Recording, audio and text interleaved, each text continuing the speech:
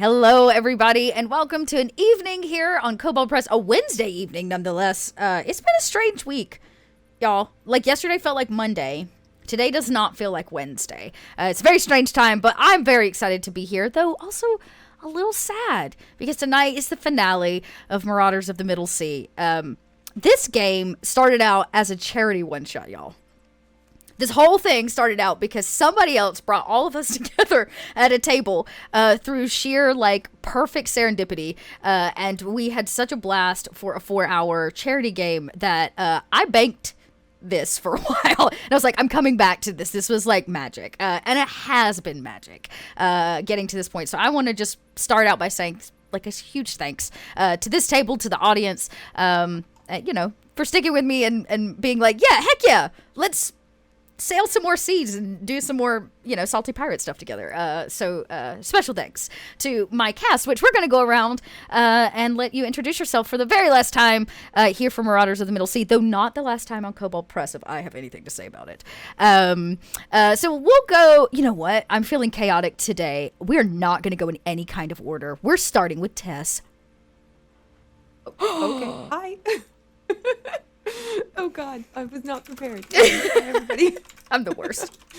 No, you're great. You're great. I'm also really, really sad that this is the last one because this has been so awesome. It's so fun. All of these ladies are absolutely incredible. Dot is like an absolutely incredible DM, and I've just been having so much fun. So yeah, thank you for letting us do this. It's amazing. Yeah, thank you for letting me do it. Me being like, okay, y'all, I have this crazy loony idea. Y'all want to play? And all of you said yes. So thank you.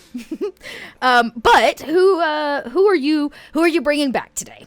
Oh, Pasha. My character is Pasha. She is a very agreeable and happy and optimistic death cleric. She's a little bit of a contradiction. I think originally when we did the one shot, the character, because it was a one shot, right? I feel like in one shots you can just go crazy, like do ridiculous things. Yeah. And so my character was very rigidly just like, I'm gonna agree to absolutely everything, and that led to some interesting shenanigans. Big thanks to Shibi for that idea. And and she's grown a little bit, so she doesn't agree to absolutely everything now over the longer course of the adventure, but she's still pretty optimistic, and yeah, she just really likes death a lot. Well, she best be careful because she might be getting a lot of it tonight, or at least facing a lot of dead instead of death. We'll have to see how that turns out. Super exciting. Yeah. Let's hop over to Katie. Oh, hi. I'm Katie Peters Plays. I do a lot of stuff on the internet, a lot of tabletop and a lot of video games, which I think we all kind of do. But it's sad today's the last episode. I think since we had last week off, I was thinking about, wow, next Wednesday's the finale and I'm going to miss this group. So I play Palu, Fate Tempter, Nola Katai, and I'd like to think that her memory will be lived on through a statue, stories, a song. I don't feel like that's too much to ask. So it's the end. Are you hinting? Hello, GM. Write me a book, a short story, any of those things. So I'm excited to see how this story wraps itself up, and I'm also sad about it. But I'm a barbarian Goliath. Just chilling at, let me see my height one last time. 7'9", 280 pounds, grayish pale skin. Step on me vibes. Medium build. Yeah, step on me vibes. So that's me. I love it. Chaos says we go to the opposite side of the screen. So, Tash. Hi, I'm Tash. Well, I forgot I had ears for a second. I'm Tash. I do lots of variety content. Do mini painting and lore videos. I'm in a Vampire the Masquerade game on Mondays. I do terrible French and Texan accents when not even appropriate. I don't even know how it happened, but it did. And I'll be playing Glitters and Gold, who is our little gold tabaxi, who is a little bit more of a sort of hoarder than anticipated at first. But it's helpful as an artificer to have everything to hand. So Some people might say you have a problem. I say it's like a hobby.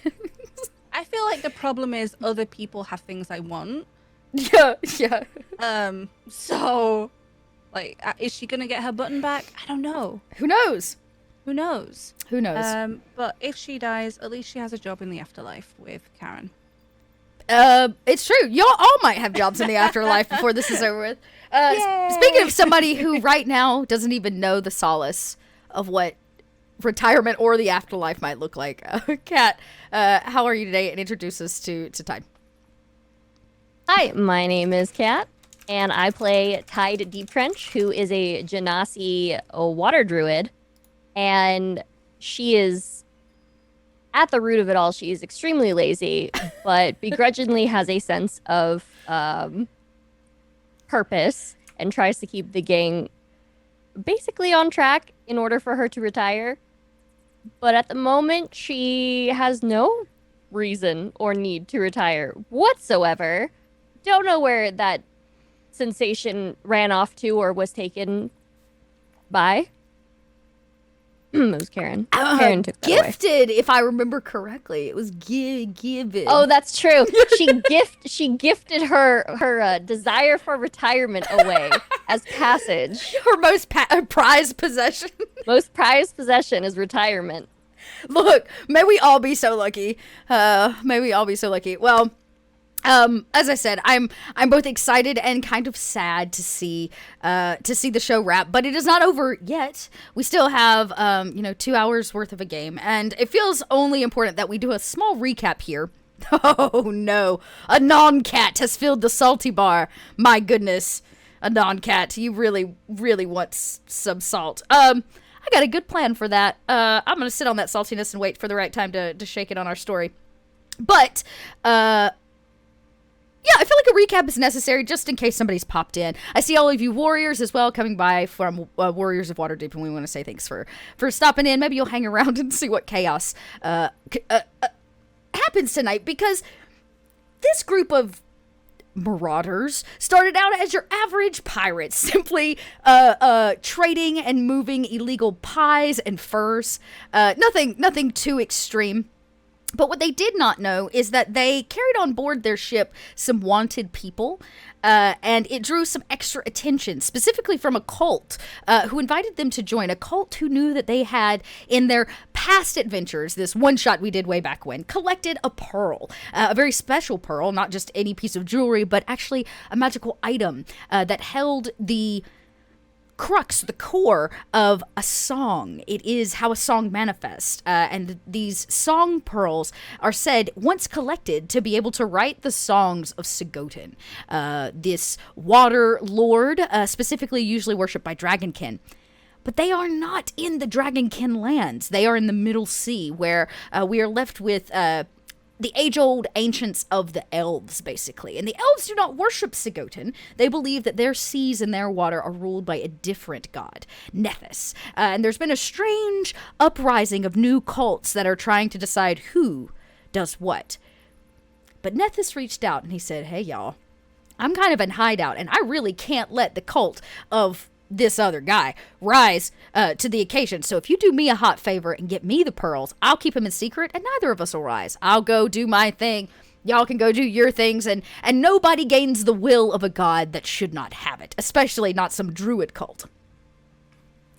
Well, their paths led them to an ancient lighthouse that seemed to be housed outside of its original location, actually. In fact, it's located in the Shadow Realm. And to gain passage to the Shadow Realm, they had to make a deal. Some might say a deal with the devil, but this is no devil. This is Karen. And I'm not talking about Karen at Starbucks. I'm talking about the Ferryman. The Ferryman who trades and moves souls from one place to another. A very interesting and rather neutral party, which took some interest in Pasha, and maybe Pasha and Karen. But when they found the lighthouse, it was a little more than they bargained for. Things seemed odd. It was jam-packed with items and gifts and things of others. And after a strange series of like timey-wimey events where they passed through one location and broke through another and they fell from the sky, but they were really falling from the water and everything was topsy-turvy, they managed to get their hands on the pearl. And were left standing on the boat by Karen, who picked them up as promised and delivered them back with the pearl to the realm of the living, I guess you could say, in the bowels of this ancient temple/home. But you were greeted by something else as the boat pulled in down this small river. Karen blows his light out as you hear the boat kind of rake across gravel with just enough water to keep afloat, as he delivers you exactly where you got on board. But your ears hear the sound of the rustling of bone against stone. The rising. Pasha, you know that sound to be that of the rising dead, in fact. And you do stand inside of a crypt, and on the other side of that archway there lies hundreds and hundreds of followers of Sugotin, who offered their life to lay in this crypt in his name. But they do not lay still anymore. And Karen looks at all of you, and he says, "Well done. You may go now." What about all of them? They seem a little bit more awake than they were before. They want to talk to us? Not exactly. Are they going to give us gifts? Or teach us things? Are they going to teach me death spells? They are bound to protect the thing in which you carry. Oh. Does that mean they want it back? It means that they cannot let it leave this place. Oh, we should probably go then, because they're probably pretty powerful guys. That sounds like a great idea. We do have to deliver this pearl. Don't really have time to dawdle. Oh, hey, can you give her vacation desire back? My what? You might actually see Karen's face. Maybe a smile. You think it's a smile from underneath his like giant hood. You've already collected what she gave up. And he looks right at Glitters and Gold.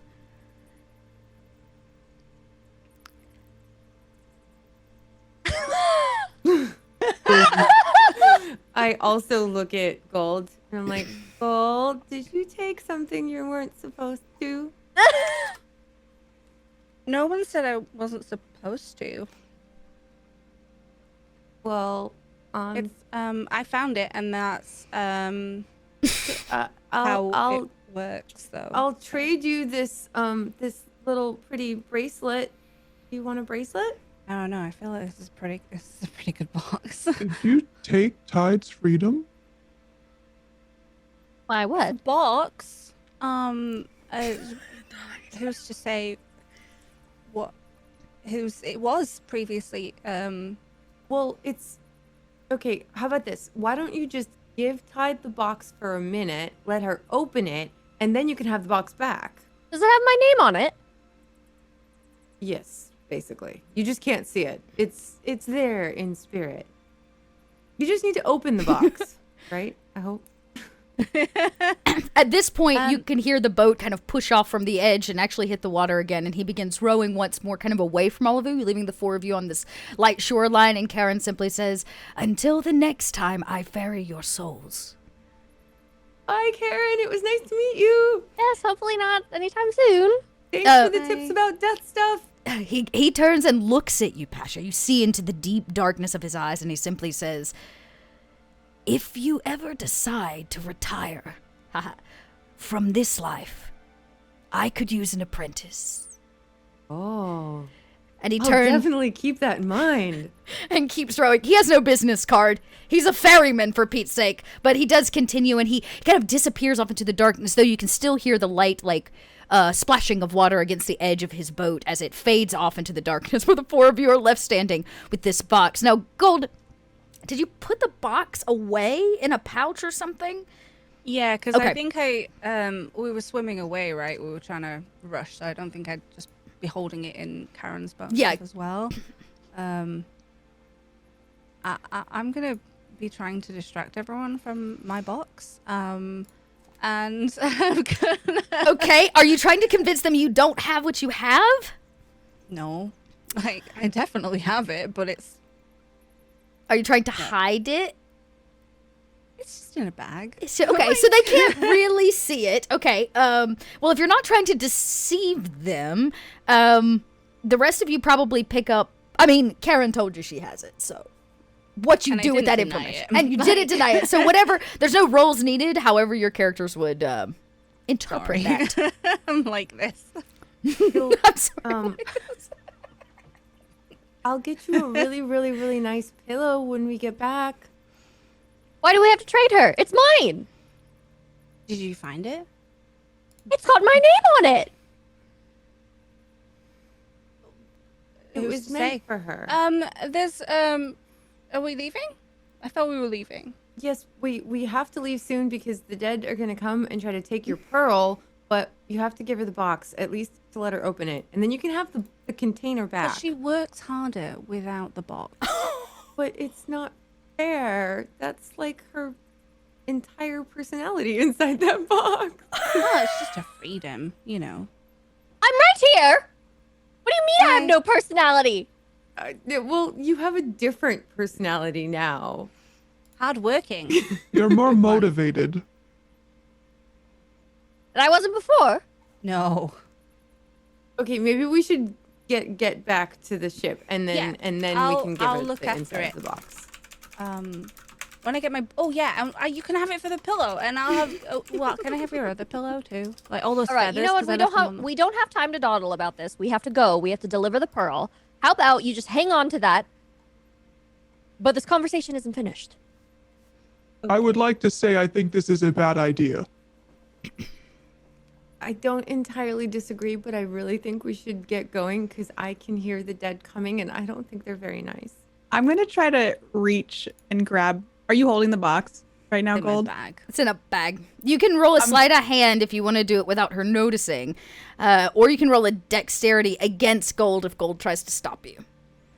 I don't think a dexterity is a good idea, so I think I might try a sleight of hand to lift the bag off of Gold's shoulder. Gold, then you will get a perception. What is your passive perception? Because you won't need to roll if Palu rolls less than your passive. Is it 4? It should be down at the bottom left of your sheet. It'll say like passive perception, which is usually your... Yeah. Passive wisdom in the brackets perception. 14. 14. Okay, so you need to roll more than a 14 or she's going to just automatically know you're going through her bag. Okay, I'm worried about this, but a 17? A 17 in the midst of the things happening. Okay, now I'm going to give you a chance to actually roll perception. So she will succeed. You can choose to roll perception. 24. 24. At first, that was you don't notice it coming out of the bag, but out of the corner of your eye, you can see in Paulu's hand the box. That's stealing. Look what I found. And then I'm gonna like lean over and hand it to Tide and try to do a keep away with Gold if needed. I'm having those feathers. You're welcome. I gave the box back. All right. This box you heard is it. not very big. It looks like a small jewelry box. It has a latch on the top. And there is a symbol, like the genasi symbol for like water genasi, carved into the top of it. It doesn't technically have your name on it, but it does have a number, like some kind of categorization system. It's like on the bottom of the box. Even the ferryman has to be organized about the things he takes. So, what do I do with it? Open it, I guess. Unless you want to wait to open it until we are safe. Not in deathly danger. Yeah, it's up to you. You might do a slightly better job staying safe without opening it. Will it? But Do you think it will impede our progress in our mission if I open this? Yeah. maybe. All right. Well, I won't open it now. I'm going to Oh, go man. ahead and stuff it Well, in I my got pocket. it for you so you could open it now. Well, they just said that it would impede our mission, and I don't want. Well- We don't have time. Her making the choice herself is part of her freedom, right? So she's got to make the choice for herself. I just worry about you tripping and losing the box. Okay, I don't want you to trip and then the box falls down a crevice and then you have no freedom. Oddly specific. That's a very good point. Okay. That's a very maybe you good point. Maybe you should open it. There are lots of bony foes that way. I feel like there's too many grabby hands that might take that from you. That's a good All right. Well, Darn. okay. All right. Well, let's just get this done and over with so then we can go, all right? Then after I open this, we're leaving. Yes. All right? All right. I'm opening it. You open it up, and for the rest of you, it's absolutely empty. Gold, Pasha, and Paulo, you see nothing. Tide. You get, it's a smell at first, right? It's like a sensory effect, almost like a wafting of, the perfect beach. It smells of seawater and sand and sunshine and sunscreen, even though you're a genasi, you probably don't need it. But like it smells of all things that make for like the perfect beach experience. And you can hear it and sense it and feel it on your skin and sand and water in your toes. And as you look inside the box, it's almost like a small, I don't want to call it a hologram, but a vision, a small image begins to kind of manifest. And it's of you swinging in a hammock, doing the things that you would want to do in retirement, cooking and not being bothered in the mornings, drinking your coffee without interruption, the usual things that, I don't know, retired people do, mini golf and going to Star Wars at Disney or something. I don't know. But whatever it is that Tide wants to do for retirement begins to like manifest in an image in this box. And naturally, as you take a deep breath, you watch as this kind of smoky visage leaves the box and enters your body. And you all see it almost knocks Tide backwards in a way. It's like the wafting of something bad in a chemistry lab. And all of these visions of the future, of what could be, of your great retirement where nobody bothers you, and you don't have to adventure and you don't have to deal with gods, and all you have to do is be the best Tide that you can be, comes rushing back almost in an overwhelming kind of way. And you have to kind of take a minute, and as you come to, you can see you're staring at your three friends, but that deep-seated want to desperately retire has returned.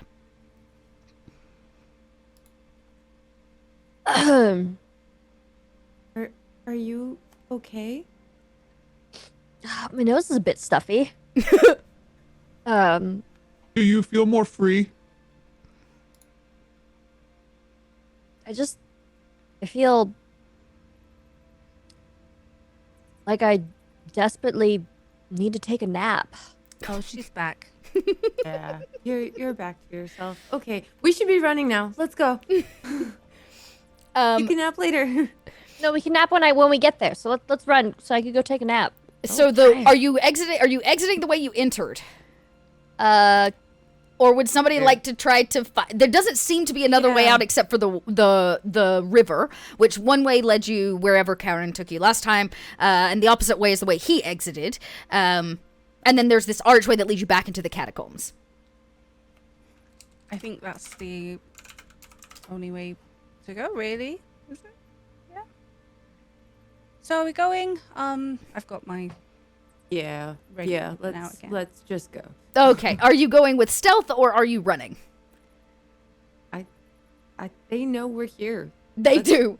Just run. Okay, great. Yeah, we just run. Okay, great. Everybody starts running, and as you cross into the catacombs, you see now where the torches and the lanterns were doused out. Now they burn with a bright blue flame, this kind of aquamarine color, and it lights this whole space, and you can see as far up as this place goes, all the dead bodies, some of them are like rolling out of their catacomb like beds. Some of them are already on the ground and they're beginning to like come to life. And you can see that everyone is beginning to move its head and turn towards all of you as you begin to pass through the catacomb space. I will need an athletics check from everyone.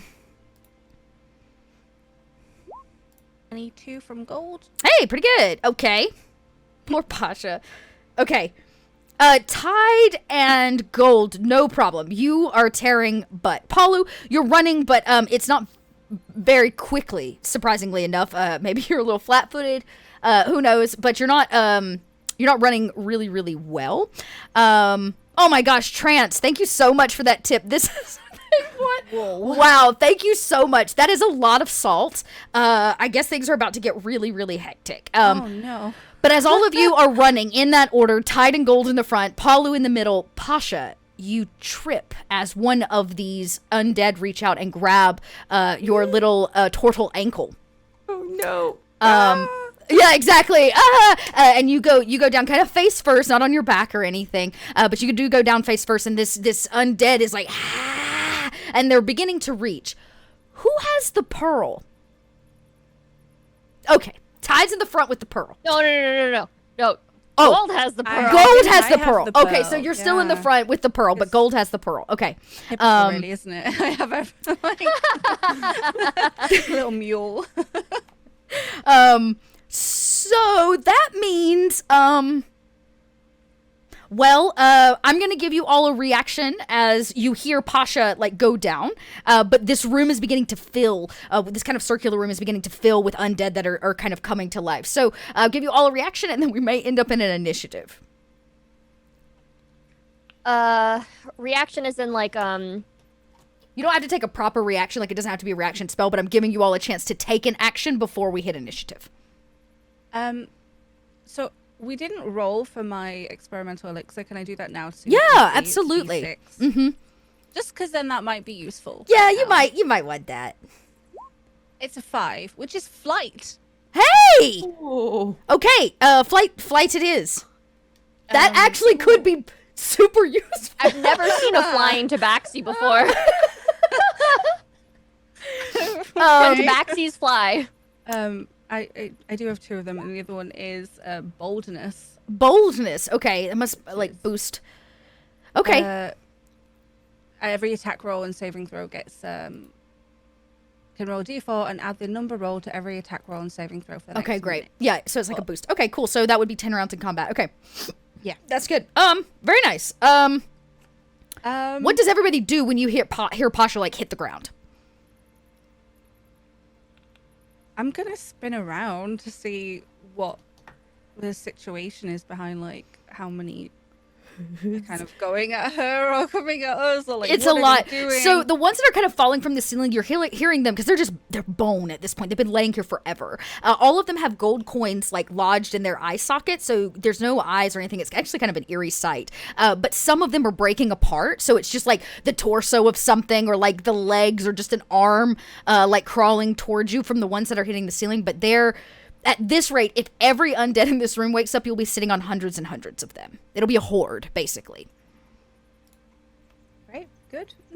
But Pasha, in fact, has like just one of those upper torso ones that has like a single. It doesn't even have a second arm. It's got like a single arm around Pasha's a little leg. Come on, Pasha, just hurry up.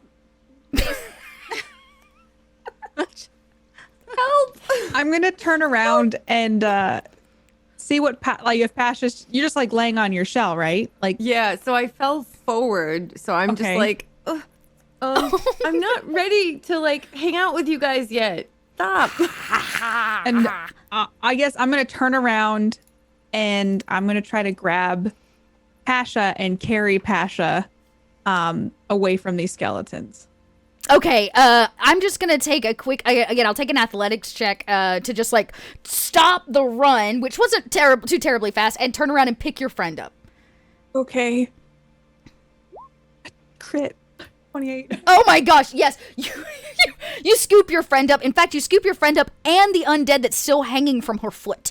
Like, no problem. They're, like, dangling in the air. This thing can't do anything. It's, like, one arm and some ribs, basically, at this point. It's just, like, hanging on it, tripped her up. And you can continue with no problem the run to catch up with your friends. Ty, did you want to actually do anything? You do see Palu successfully scoop up Pasha. I am going to, once I turn around, I'm gonna just go, I just want to take a nap!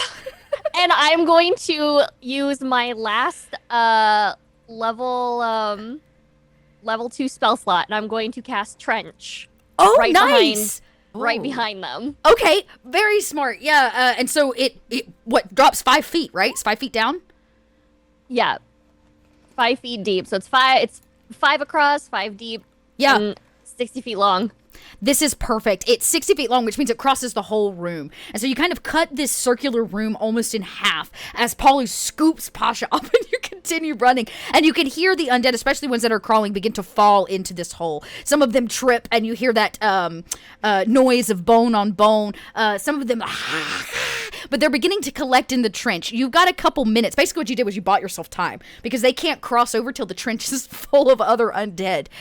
So they're kind of building on top of one another, and all of you are able to actually exit this kind of circular catacomb, and you can see down these other hallways that were really never explored. There are more bodies. You can hear them falling to the ground and getting up. This whole place is just full of undead, and in the darkness the only thing that you can see is the torchlight like flickering off of their gold coin eyes as they begin to continue running after you. But all of you start that run up the stairs all the way back, and you get it, and you feel fresh air for the first time in, well, you don't exactly know how long it's been. Maybe a few hours, 24 hours. You're not exactly sure how long you've been down here, considering that you went to another plane of existence. But fresh salty sea air like hits your face, and you're all able to gasp. Gold, roll a will you roll a perception check? 14. A 14. Okay, that's good. All you needed was a 10. You can hear them. They're hot on your trails, just a horde of them. The sound of bone on stone as they're also like climbing and clattering up the stairs. They're getting more vicious as they go because the closer that pearl gets to the exit, the worse and worse it gets. And Gold, as maybe you turn around, I don't know if you look over your shoulder, but something out of the corner of your eye glistens. Your button is still stuck in the wall holding the door open. Okay, I'm gonna have to get that. Is everyone out? Like, are my friends out? I I'm would gonna run to it. but, Yes, like, I would say so. Maybe you wait till Palu, but you can see they are like right on Palu's heels. Hurry up! Hello, hurry up! Roll a I'm dexterity. running as fast as I can. I imagine that Palu may even be stepping on a few like hands and feet of the skeletons that are trying to claw their way out. Yeah, right, clump, clump, clump, clump, clump. Palu crosses the threshold. I will need you to either roll a dexterity or sleight of hand to like get it out, because it's gonna jimmy it out. It's gonna be the same, so I'll roll dex. Okay. 21. A 21, perfect timing as you reach in with your little, catfolk claws and pluck it. And as you pull it free, you have your button again, and you hear the sound of stone as it chops off the hand of a undead as it like reaches through just in time, and you can hear all of them smash into the stone door that you just like closed off, and you can hear them like pounding and pounding and pounding, and they seem to be locked onto the other side. I'm got gonna my button. turn around. I'll see that and I'll say, "Good job, Gold," and then I'll like turn around. I'm still kind of like being held, I think, by Palu. But I'll just turn over my head and I'll wave at the door and be like, "I'll see you guys in like 50 years. Don't worry." But you can see, remember, you're in this kind of like ruined area where it looks like somebody like plucked an entire building, potentially this lighthouse, and so you're on actually a cliff, and you can see over and down near the shoreline. You can see that Ufu and our dear Captain Kate have pulled the Crimson Tide near the shoreline to pick you all up. I'm quite tired, actually. I might have a nap as well when we get back. Yeah, rest would On my be new nice. pillow. I'm just cradling Pasha. Yeah, I just put my head on her shoulder. Thank you for saving me, Palu. That Was it Your new scary? pillow. You got your button back. So you don't get the pillow. That was our deal. We'll get you another pillow. Don't worry. But I do get all the feathers for the box. So I'm having that. From the torn up pillow, yes. It was well, that's the best way to live anyway, so And this like conversation happens as you all, I may imagine, quickly make your way down the ruins, like off the rocky cliff edge to the beach, and you can see your ship is waiting to welcome you home. Yay, our ship is so cute. That it When are is. When are we getting the fire pit, Palu? I have been trying to. Why did we not get one at the last port? Well, I we could had be to- making a you stew know, right now. We were getting chased, I think, a little. Oh yeah. We'll definitely make it a priority at the next place. Okay. I just really do feel like a boat fire pit would be very useful. We could all sit around it and share stories and write like that songs. And nap. And nap. I'll even play my flute to play you to sleep, and I'll dedicate a song to Palu and her exploits. That would be wonderful. You did save me. Thank you. When I rescued Pasha, were there a lot of skeletons, or were there just the There one were, hand? well, the only thing hanging on to Pasha and still dangling is like an arm of like from here up of like a skeleton that's like still stuck to Pasha's like, you know, wrapped around Pasha's ankle. But like there were hundreds and hundreds, potentially thousands of skeletons that would have poured out to stop you. I mean, you can put the button back and go fight them. I will stab you if you try and take my button.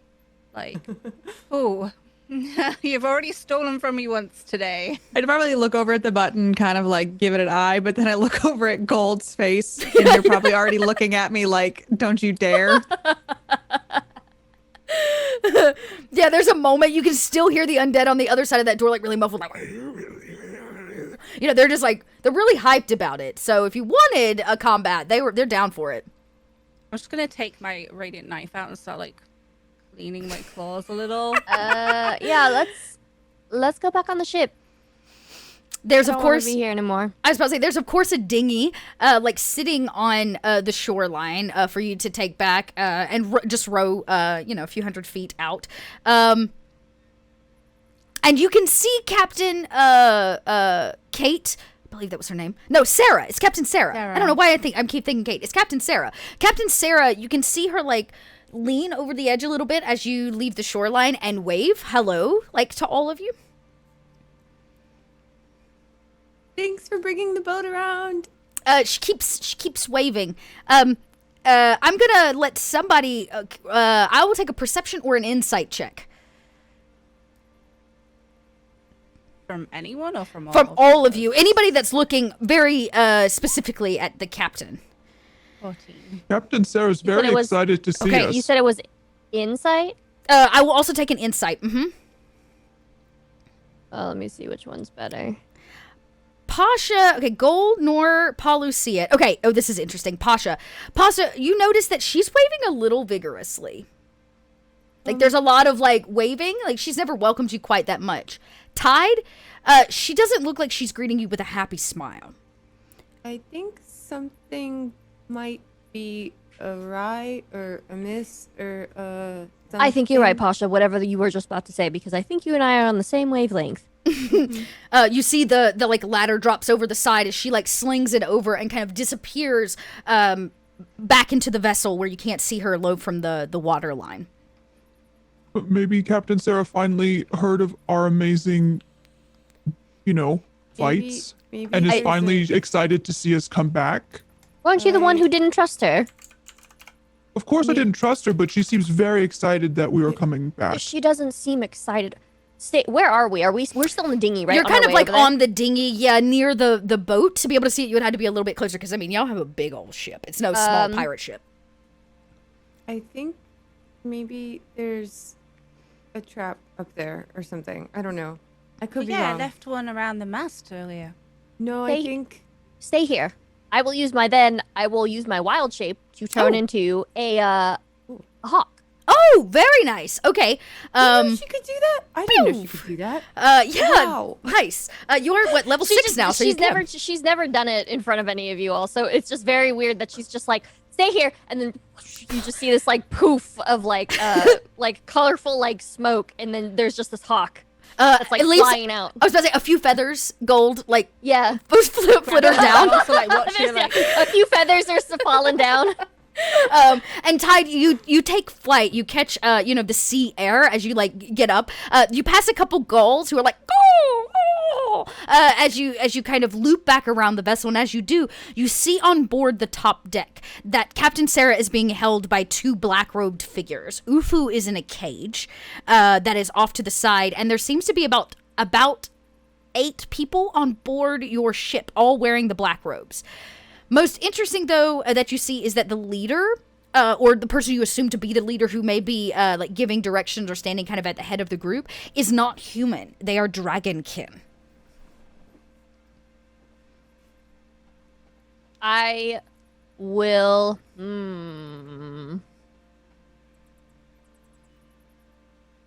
I'm going to swoop back to the dinghy, and I'm going to perch on Palu's shell, and you're just gonna hear her like just squawk frantically, and she's gonna be like flapping her wings, like it doesn't like trying to give off that like you would see like a normal bird, it's fine, but like she's like freaking out, like ruffling her feathers, like some of her feathers are coming off, like she's freaking out.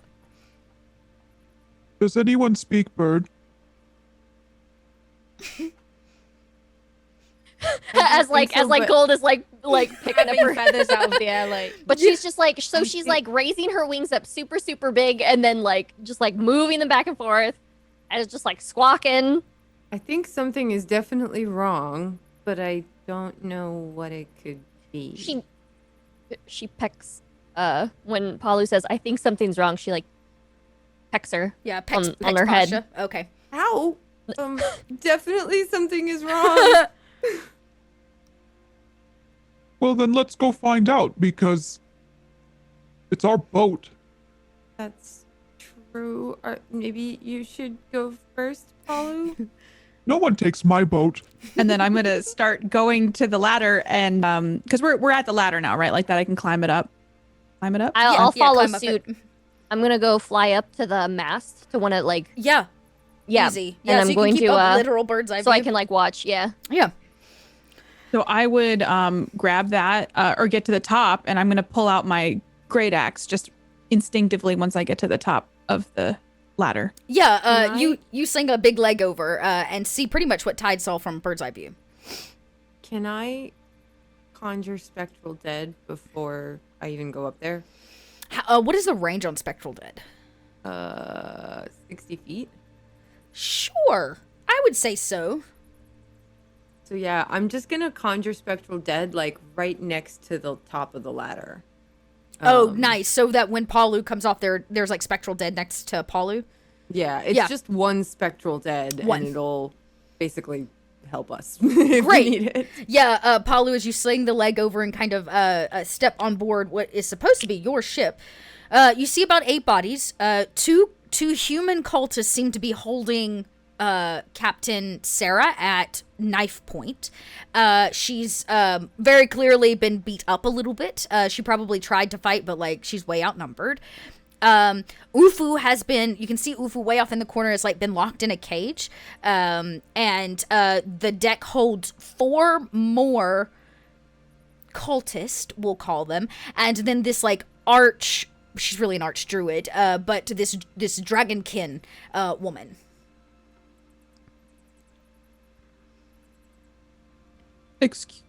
Excuse me. This is my ship. Can I help you? She like gestures in the cultist part so that she can like make her way down your ship, and you can hear the sound of small wooden heels clicking on the top deck as she bridges the gap between you and her, and she says, "I don't know. Can you help me?" I don't take kindly to her tone, so I'm gonna like try to intimidate by like making myself seem larger and towering over her. Okay, is it just a physical intimidation? You like buck at her, or do you say something? No, I used the buck at Karen recently, so I feel like I would probably just like make myself taller and maybe in the sunlight glint my great axe a little bit at her. Okay, go ahead and roll an intimidation, because that's what that is. A 7. She does have to roll against that. This is really well, we'll see. She's not very charismatic.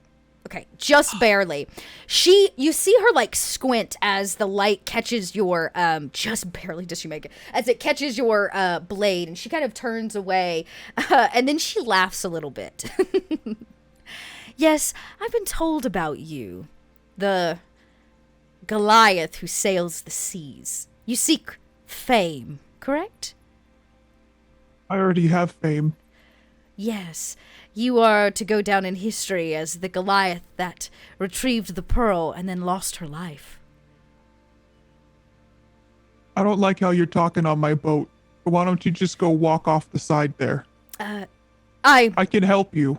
She says, I would on most days, but I'm on a very, very important mission.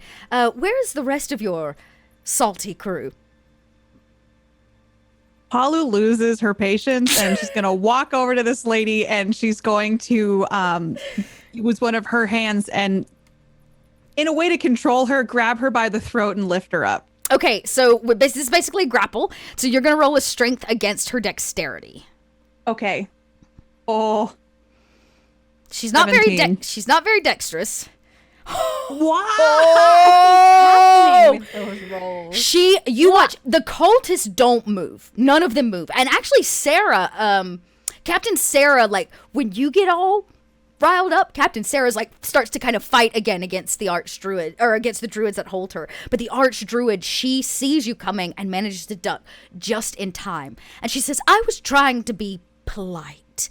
You are going to make a big mistake if you hand that pearl off to who I think you're handing it off to. I think you've mistaken that I am also trying to be polite. And she says, well, I was not looking for a fight, but if that is what you want. This instinct to like not let Pasha and Gold, like her, know that they're down there, because I can't tell what her motives are. They don't seem pure. They are is there a not way- pure. You can roll an insight to see if you can Yeah. figure out what exactly she means by that or what exactly is going on. I don't feel like I'm going to go roll well, but I'm going to roll well on this and I'm going to manifest it. Yeah, manifest your wants. 12. 12. I did want to be like peeking over or through like a a water hole in the, I don't know, like Yeah, like a bed. porthole or something. Yeah, Yeah, just to be absolutely. like- I imagine that you're like clung to the side of the vessel. Oh my- You're like yeah, looking over. So you see this. You see Palu step up. She kind of dodges Palu's like reach for a grapple. She seems to be a little sassy. If you would like to roll an insight on what she just said, you could also do that because you're within earshot. I know she wants my pearl, and so She does want the pearl. What she doesn't know is that Palu doesn't have it. Okay, so at a 12, you get the idea, Palu. Without a shadow of a doubt, your instincts are right. She's up to no good, at least by your standards. Like, in terms of, y'all do not share the same mission. Gold, you get the idea that, yes, she is here for the pearl, and that she may be in the know that you're trying to hand it off to Nethys. Remember, the cult desperately wants the pearl. You are actually not, have never been told that Sigotin himself seeks them. yeah, because they want to free Sigotin's will or For themselves. for themselves. They basically want to take on the power of the god. Yeah, thinking that, I'm like, so it's kind of like having Tide's freedom in a box. Like, they want Sigotin's. They want will in a Sigotin's will. It pill. just happens to not be just like, a plan for retirement. It happens to be like a sea god's power. Yeah. And it's mine until I have to hand it over anyway. So It's true, and they don't know you have it. If you would, No. I will have you roll me a stealth, though. Especially if you're not wanting to be seen. Pasha, are you doing anything? So I think I would have started to climb the ladder behind Palu. Okay. But I didn't come all the way up. And I think I would have told the spectral dead, because I conjured him at the top of the ladder. I just would have like whispered, "Protect Palu." Okay. Yeah, it is basically her shadow at this point. I imagine you two are kind of peering up and over the edge. That was a very high roll for stealth. I genuinely don't think these druids can see you, but they're going to try. No, none of them see you. They are completely unaware of where you're at, Gold. And the spectral does begin to follow you. Paulo, you can feel the spectral dead kind of behind you. The woman is up to no good. She wants your pearl. How did you get onto our boat? Well, you didn't leave a very abled team behind. And she gestures to Ufu in the cage and Sarah at knife point. I guess you could say we outnumbered you. Honestly, you did us a favor by getting rid of that carnivorous ship. We've been trying to figure out how to get past it for many weeks, and wrestling it to its death was definitely not one of our plans. You'd see me smile like wide as she said that, but then I see Ufu in the cage and that smile quickly falls. How dare you put Ufu in a cage? And I'm going to run over to the cage and I'm going to open it. Two druids step in front of you that are like guarding it. That will spark initiative basically if you'd run to save Ufu. I think Palu loves Ufu, and 'Kay. I'm gonna try to get Ufu out of the cage. She lets out a laugh as you rush over and the two druids step in front of you. We will roll for initiative. Everybody. Okay, I get to roll it for advantage, with advantage. Y'all, this archdruid ain't no joke. Yeah. That's okay. All of her druids, they rolled a crappy little 8. Okay. Tide, you'll go before them because I usually give it to players. Yeah. Even though we have the same one. So, very quickly looking like for our initiative order. First up is going to be the Archdruid. She's not very nice, y'all. Followed by Gold, actually. Today. I know. Followed by Palu. And Pasha. I got your roll. Yeah, and then it'll be Pasha. Then it'll be Tide.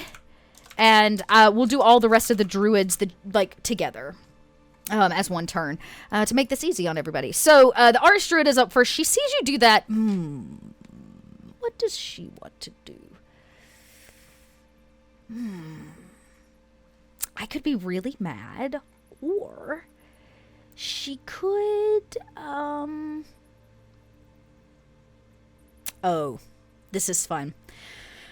She begins to laugh as you rush over, and under her breath she says, "As you wish." And she begins to conjure something in her hand, and as she does, it makes almost like a flute of some kind, like a manifested like pan flute, and she runs breath over this magical flute, and it disappears as soon as she's done, and you can hear the water from underneath begin to like rumble.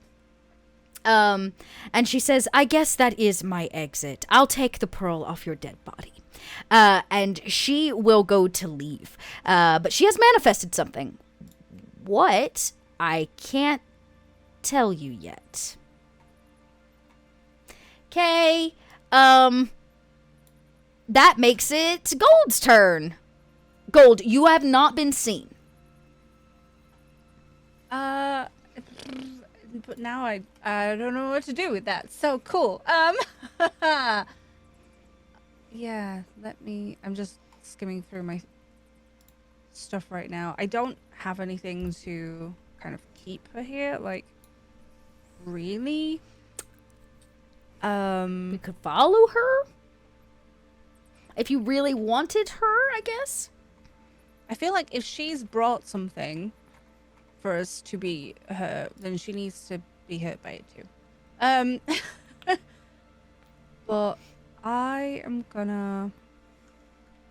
Is she heading like in a certain direction? It looks to be that she is going to leave the boat. She can only do one thing on her turn. Actually, no, wait. Is she an Archdruid? Can she wild shape at... Change her form of 9 hours. You can choose whether it's equipped, blah, blah, blah. It can cast its spell. Can I do it at will? Yes! Oh, no, that's reverting. Nope. No, it can't. So, I'll have to wait till her next turn. based on what you just saw Ty do, you might assume she too is going to shape change. Okay. She like begins that process, if that makes sense. Yeah. I genuinely don't think there's a lot I can do about that. But I would like to poison spray her. Oh, okay. Obviously I'm still kind of hidden away. But yeah, I'll do that, please. I'll pop that in chat, and then 10 feet. Yeah, you'd reach her. Okay, so she needs to make a Constitution save. yeah, I'll take 1d12. She fails. Hardcore. And I got 14. Okay, so she takes 14 points of damage as she are you gonna roll for stealth again? Are you trying to do it, or are you making yourself known? No, I think I just like. Yeah, you like put a hand out. Okay, I'm gonna have you roll stealth again, not for her, but for the rest of the druids that may catch you do it. Because basically she's got her back to you. 15. Okay, 15's pretty good. I don't foresee them beating that, but no, they do not. Nobody sees you. It's just like stinky poisonous spray comes out of like nowhere, and she's like as she's like trying to figure out like where it's coming from. She doesn't see you at the moment. Nicely done. And can I, I don't know if it's a free action, drink my flight thing, my flight potion? Yeah, because you didn't. I'm gonna like- say you can, since you didn't take any movement action. Like you didn't like climb on the ship. You didn't Yeah. move. I would say that you could like pop the bottle and drink it down.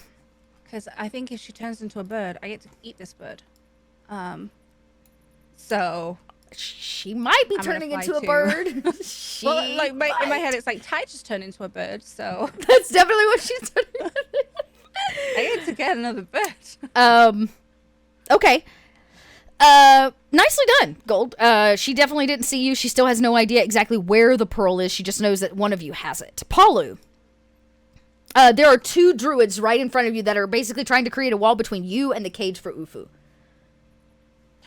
I'm going to target. Well, clearly this woman behind me is starting stuff. So I'm gonna. She's like right now. I'm going to take my great axe and just swing at both of them. Okay. They are squishy. They're very squishy. They're druids in robes. I know, but Ufu's in a cage. It's true. I'm just saying, I doubt, I shouldn't say that. I'm not gonna manifest bad things. You roll. Roll the attack. I know, this seems a little excessive, but my great axe is out, swings. and I'm gonna swing at them because they stood in front of me, and I'm Yeah, dead heck on yeah. getting Ufu. Do you out of get two attacks or just one? You get two I now. get two. Yeah, that's what I thought. 20. That hits 22. their very, very poor 11 armor class. Oh no. They quake a little bit as the great axe comes up and beams in the sunshine. Oh my god. Okay. You slash through both of them. One of them actually like tumbles to the side as you slash through. He's beginning to like spill out onto the ground. The other one stays standing, but is heavily, heavily injured. But doesn't seem to want to give up quite yet. But one of them is like out of your way. Basically, you pushed one to the side and one the other way. Okay. So you will be able to, on your next turn, try to free Ufu if you want. Okay. I'm just laser focused on getting Ufu out of this cage. Yeah. Ufu looks at you. Yeah, Ufu looks at you from the cage with giant hedgehog eyes. Like, help me. He shakes it a little bit. Great. Pasha, you see all of this. You're kind of just where the entrance, like on board the vessel, like stands. Ufu's at the far end of it, right? And there's kind of druids sprinkled about as chaos begins to ensue. You can tell that they're beginning to kind of panic. And everybody, of course, hears that like rumbling as the bubbles are coming up from beneath.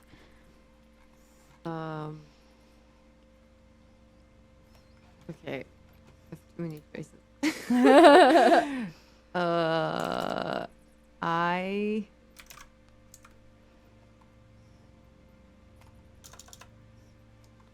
Okay, so how many of them are there? There are technically 6 druids and the arch druid. So there are 2 by Ufu's cage, 2 holding Captain Sarah, and then 2 that are like free-handed. They were the like on the left and right of the arch druid, and then she's like right in the middle of the deck of the ship. Okay. I'm gonna try to cast Bane on the 2 that are holding Captain Sarah. Oh, nice. Okay. Tried to warn us. Uh-huh. So how do I do that? Go ahead and drop Bane in, and let's see. So Bane says up to 3 creatures of your choice that you can see within range. So you could also hit a 3rd one if you wanted. One of the ones that are next to Ufu then. Okay, great. So we'll say the one maybe that didn't get knocked prone by by Palu.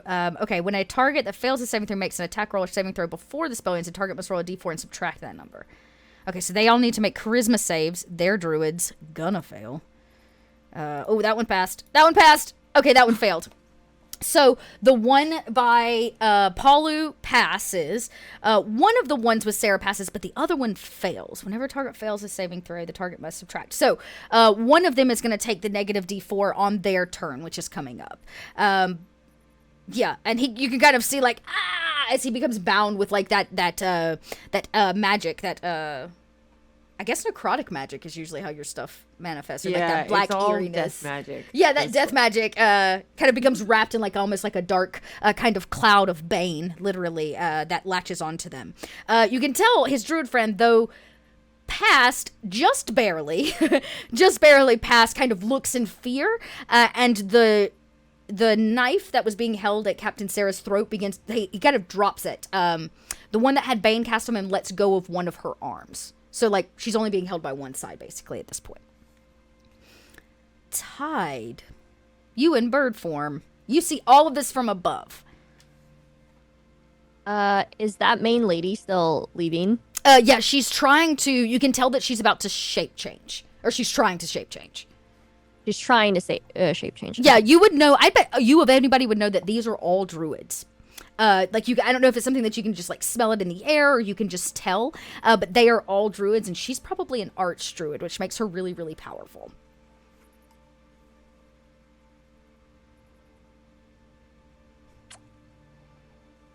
I will, I don't know if this is gonna work, but I'm gonna try it. We'll look cool, baby. I would like to attempt to swoop down off of the mast that I was looking at, and recognizing her as like an archdruid and that she's about to leave. So I know that it takes an action to basically change back. It is a free action to change back. A free action to change back. So I'm going... I would like to use my free action in midair to change back. Okay. And then I would like to use my wild shape again, my last wild shape, to turn into a bear and squish her. So you want to body slam her with the weight of with the weight of a bear. I would like to body slam her. Okay, I'm gonna let that happen because that's ridiculous. So you like dive bomb, change back midair. So there's a moment where it's actually Tide like falling, and then Tide continues to fall, but changes into a bear. I don't even know how to ask you to roll for this. So I'm gonna make her roll to dodge you because you're a falling bear. If you fall, so you dove from the mast. The mast is probably, what, 30 feet in the air? I know that I swooped down, so I guess it would be like, I don't want to say that I'm like literally on top of her because I do want there to be like an impact. Yeah, so I guess maybe like, because you said it's like 40 feet. So I'd probably be like maybe 20 feet. 20 feet is where you fall from? Okay.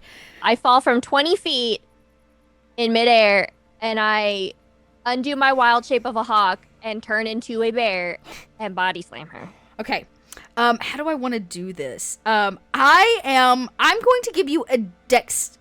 I'm going to let you roll a dex, and here's why. Because that's what she needs to beat to like dodge your falling bear body. I think is how I'm going to do that. Okay. Oh, no. Okay. That's pretty good. Okay, she fails, like hardcore fails. So instead of you taking 2d10 of falling damage, which would have happened, you break your fall on her body. So I'm going to have you roll 2d10 for bear fall damage. Yes. Chat's out there with those puns today. I see you. Yes, 2d10 worth of falling damage as this bear drops out of the sky. All right, so let's see here. Slash 2d10. 16. Oh my god. Okay. You hear maybe some crunching of bone. Do you stay on top of her? Yeah. Yeah, okay. Imagine you're like bear sitting on and she's like, on her turn she may try to wrangle free.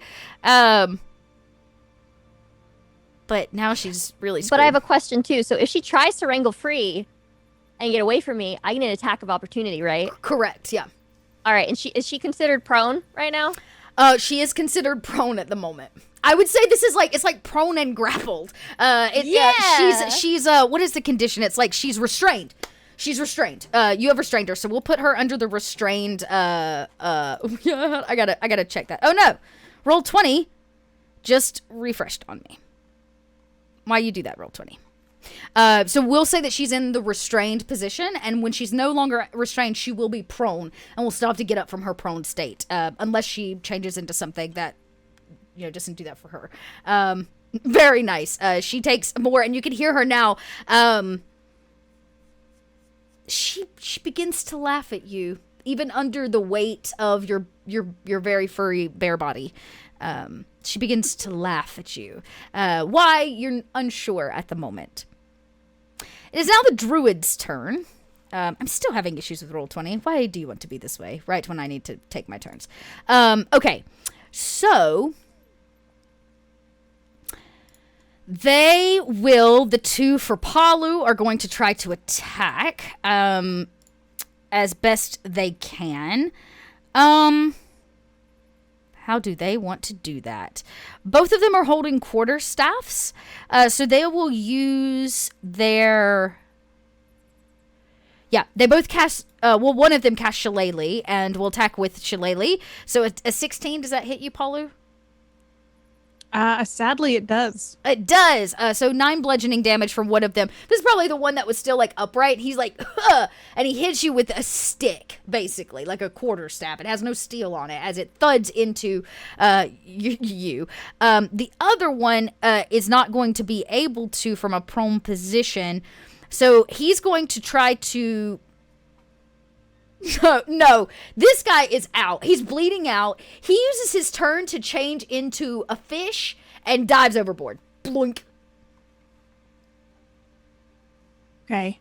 I'm gonna look over my shoulder. We should have taken a rest at some point. He dives overboard. The other one now is like kind of shaking behind this very dainty quarterstaff. This is not how this was supposed to go down. The two druids holding Sarah. One of them is going to take the negative D4 of Bane as it attempts to attack Pasha. So the 16, but minus 1d4, right? Roll D4. So minus 2, so that makes that a 14. Does that hit? Yes. You get 1 point of damage as it, like, cracks against your shell.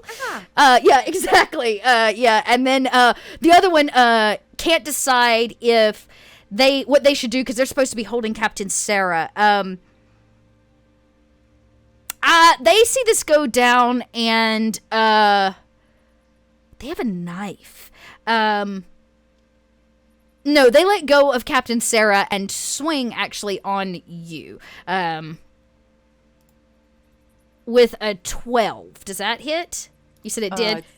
It's the same. The same. Another point of damage as this guy reaches out with a very small blade. It's actually not a quarterstaff. It's a small blade. And, like, nicks your shell. You can hear it on the outside, but, like, it's like a flesh wound. No major damage from either of them. These druids look, and are beginning to look, a little concerned. Hella concerned, in fact. 2 more are left. These are the ones that are near the bear now. Actually, I should have made them also roll a dex check to not get squished by bear, because they were standing right next to her. Oh. So they're both going to roll. I'm going to just see. They both fail. So I'm going to say they managed to, they're not underneath you, but they managed to dive to the side, but they are both prone. And so they take their turn to stand up and use their free action to cast Shillelagh on their quarterstaffs. But that is all that they're going to be able to do on this turn. But the bubbling gets louder and more vicious. You can feel the boat begin to kind of shake and rock from the bubbling. And from the water's edge launches a creature. Not as massive as the ship that you faced, but this is by no means a small creature. It seems to be made of seaweed and the greenery from under the ocean. I will show you a picture because it's very, very, very... very scary. Very scary, says the Kelp Eel. And you can hear her from underneath you, from under your bare butt, laugh. And she says, yes, darling, please eat them. As this Kelp Eel launches from the water. It's just what you imagine. It's kind of like an oversized, like snake eel type thing. But it seems to be made of like kelp and swirling bits of seaweed. So cool. Isn't that so cool? It's actually not quite as big because your ship is like 4 times that size of the one in the image. So you have to think like it's a little bit more in size. It did appear, so that was its movement action. I'm trying to see. It's not going to get to do anything but a single slam. It will not get to take a multi-attack. It is going to slam into the edge of your ship. Which side of the ship? Because I'm not on top of the ship. Oh, That's right, she's not on the a ship. good question. It's gonna be the opposite side of where you are, because like that's I guess that's open sea side, if that makes sense. It slams into the side of the vessel. You can hear it like reel back, and as it does, the whole ship rocks. Everybody has to make a dex check to hang on and not be tossed overboard, including the druids. It does 34 points of bludgeoning damage to the vessel. You can hear it crack and splinter. Oh no! Oh no! Can I just go with it? And Oh no! Yeah! Oh wait, do I roll with I roll with the bear? Right? 'Cause I'm wild You shape. can. Either one. You can roll with the bear if it's a better dex, or you can just take your roll. Either one. In this case, the a bear reroll page. might. I believe you can go to. Hang on, I can pull that for you, very quickly from the compendium. Let's you. see. Yeah. Black or brown bear? It would probably be a brown bear. Brown bear it is. So now there should be I'm going to make this available to you. In the character sheets, there will now be a brown bear that appears, and I can edit this to put it in your journal. So if I put it in cat. There you go. You should see it in your journal now. It should say brown bear under the rest of the character sheets. Aha! Yep, and everything on it is clickable. So just like everything else, you can click the Excellent. stats. Mm-hmm. All right. Roll that beautiful bear footage. Bear. I have one flash of genius left. Okay. Uh-huh. And Yeah, okay. yeah. I know that Pasha can swim, so can I give it to Palu, Yeah. please? Which, if I'll pop it in chat. Sorry. Flash of genius. To come up with solutions under pressure, when you or another creature you can see within 30 feet of you makes an ability check or a saving throw, you can use your reaction to add your intelligence modifier to the roll. It's featured It's in probably not going to be that helpful, is it? Really, but it's +4. So instead of 3, it's 7. that is more helpful than the 3. Palu. Yeah. So first things first, Ufu's cage goes psh, over the side. And you hear it like splash to the water.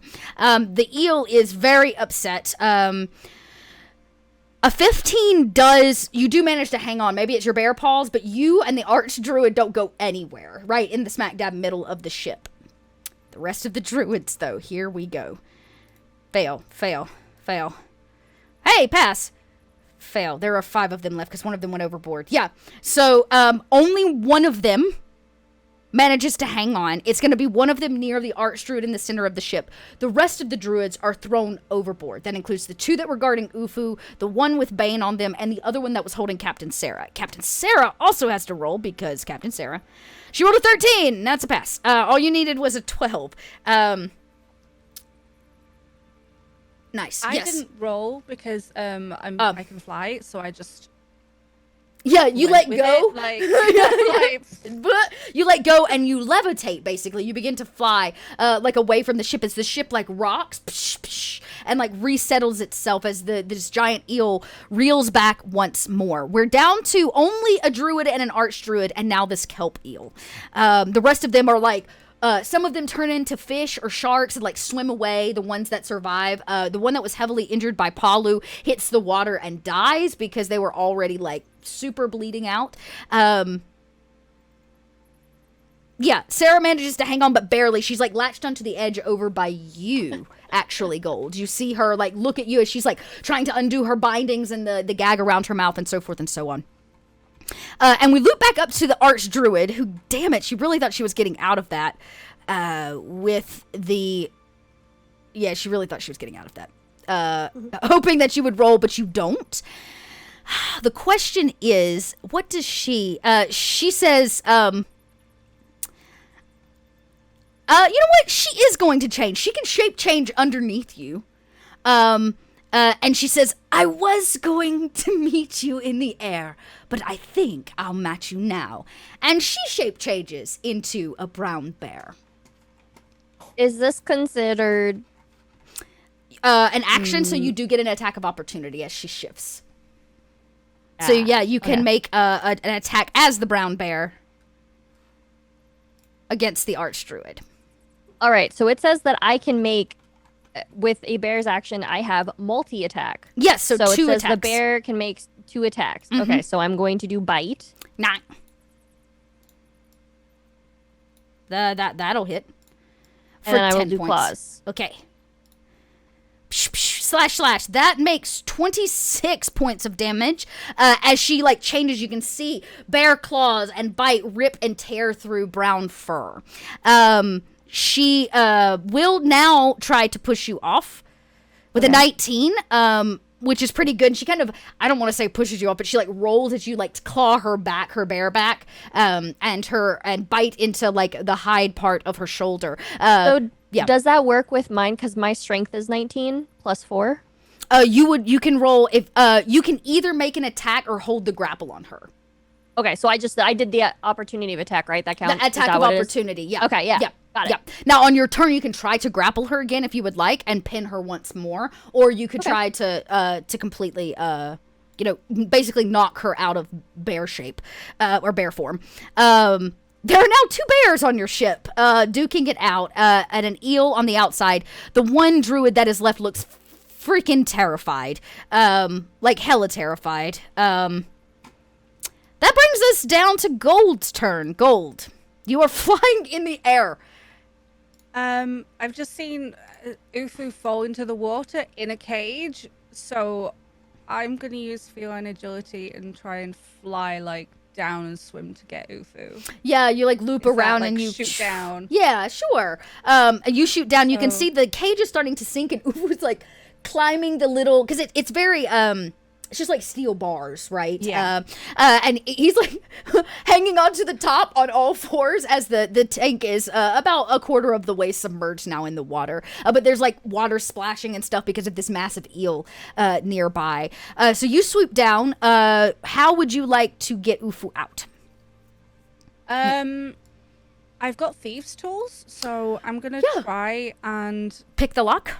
pick the lock. So you can, if you're proficient with thieves' tools, you can add your proficiency bonus to the sleight of hand. I believe so. I think you are. So your proficiency bonus is 3, 2, 3. Great. I mean, it says 3 on there already. So Perfect. Yeah, so it's 3. So you'll add 3 to a sleight of hand check. Okay. So 16. A 16. That's good enough. You notice that the lock is actually the part that's submerged, and you have to kind of fly down, and you're like fuddling in the water as it's sinking lower and lower. And Ufu is on all fours, like latched onto the side, and you hear the lock like released or like click free. And Ufu goes, oh! It makes a big face and like dives down and kicks it open and is now like doggy paddling. And you can hear Ufu go, hates water. Ufu hates water. Ufu hates water. I hate water. I'm like a bat say. I just saved. Yeah, he like reaches for your tail knowing that you're flying and can get them like out. Okay. I don't know how deep it was, but I'm gonna try and get out of this water now. And Yeah, float yeah. over it, so. Yeah, you, I mean, you have control over fly, so Ufu kind of grabs hold of one of your limbs or a tail or something as you gain flight again and kind of leave the water, but 10 feet behind you is this massive, like, eel creature ready to smash back into the side of the ship once more. Palu. When the vessel rocked and splashed, you barely hung on. It did knock you overboard, but you were able to hold tight with a single grip, thanks to your friend's suggestion of like jump. So you're not on board, but you're not in the water. All right. And can I see the kelp creature? You are on the side of the kelp creature. It's like behind you as you hang onto the side of the vessel. Like if I like swung at it with a great axe, would it not be matching the size of this kelp creature? I would say this kelp creature, you're pretty large. You might be able to get your arms all the way around it or pretty close. It's like hugging a massive oak tree. That's about the size of this thing. It's like an oak, the size of an oak tree. Definitely not the size of your ship. But yes, I would say you could reach out with a single hand and try to swipe at it if you wanted to. You could also make a jump to it. I would say that you're close enough where if you wanted to try to get on it, you could try.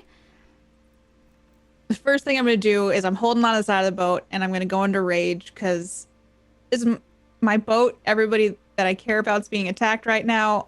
And so I'm going to go into rage. I wish I had done earlier because then I would have been resistant to bludgeoning damage. But I'm going to do that and then I'm going to turn and look at this kelp thing. Mm-hmm. And I have a feeling it's going to try to hit the ship again. I just have a feeling maybe. Yeah. So I'm going to try. Okay, you said I could jump on it. I can't. Would my axe reach it if I started swinging it? Okay. Yeah, you could hit it from here. I'm going to start. I'm going to lean back a little bit, get my grip better on the boat, and then I'm going to start swinging my great axe at this kelp thing to hopefully start cutting it back and making it stop hurting my ship. Okay, go ahead. Okay. I think I add a +2 to my damage if it hits. Okay. With and then rage. you said you're now resistant to bludgeoning. Bludgeoning, piercing, and slashing. Nice. Okay, so you'll take half the damage. Okay. Hey, that's a hit. Okay. That's also a hit. Nicely done. Okay. 13. Yeah. And 14. 14. So 27 points total. Yeah, you hack and slash. You can see it is knocking the kelp and like seaweed away, and as it does, it gets thinner in certain areas. This seems to be a manifest creature in some way. It doesn't have like a lot of fleshy bits. You can imagine that like if it went away, it would just dissipate into a bunch of seaweed. Okay. But you are actively cutting into it, no problem. Okay. Does it seem like it's damaging it or just kind of cutting away at it? It does seem like it's cutting away at it. Blind, deaf, and unconscious. Yeah. I mean, it's getting thinner. It's like hacking away at the trunk of a tree, right? It's like you're getting rid of it. What keeps its form.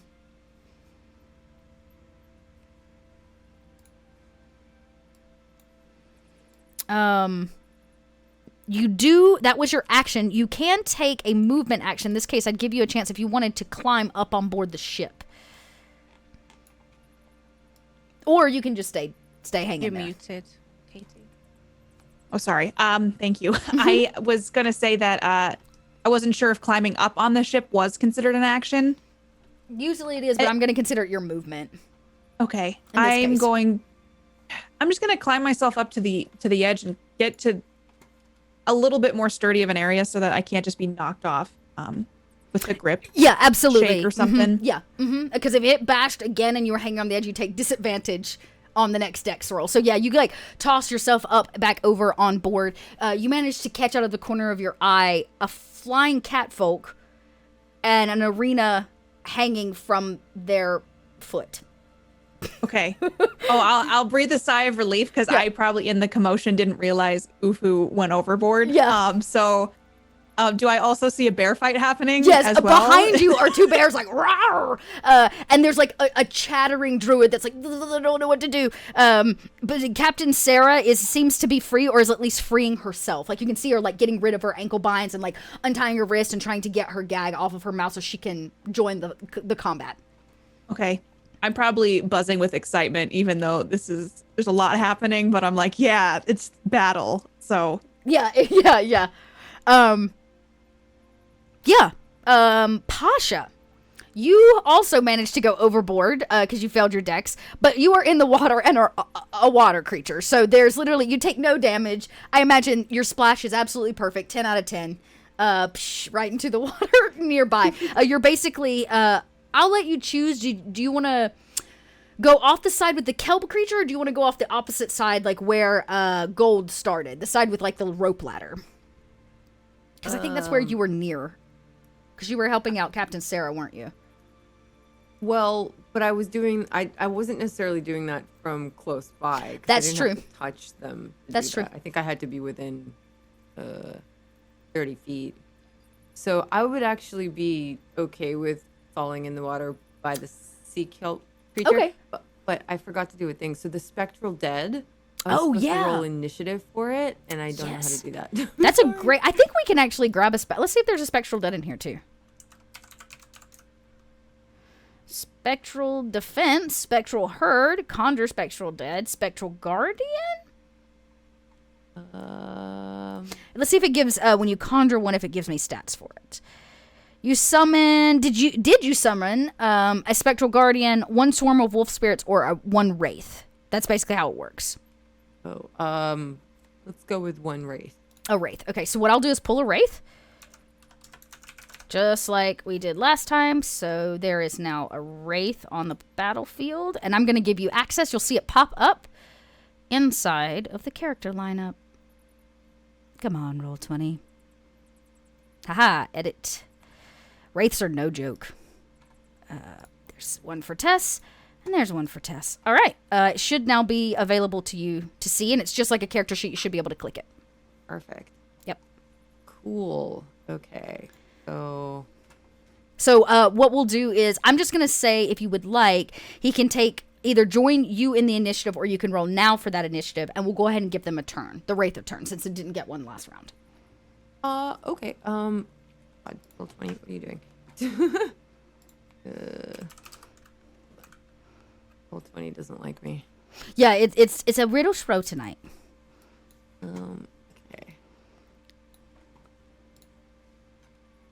Okay. Probably it's because I have all these windows open. It's like slow. It's like so cool. I know it, doesn't it? It's so neat. It's like exactly as you explained, like the dark magic.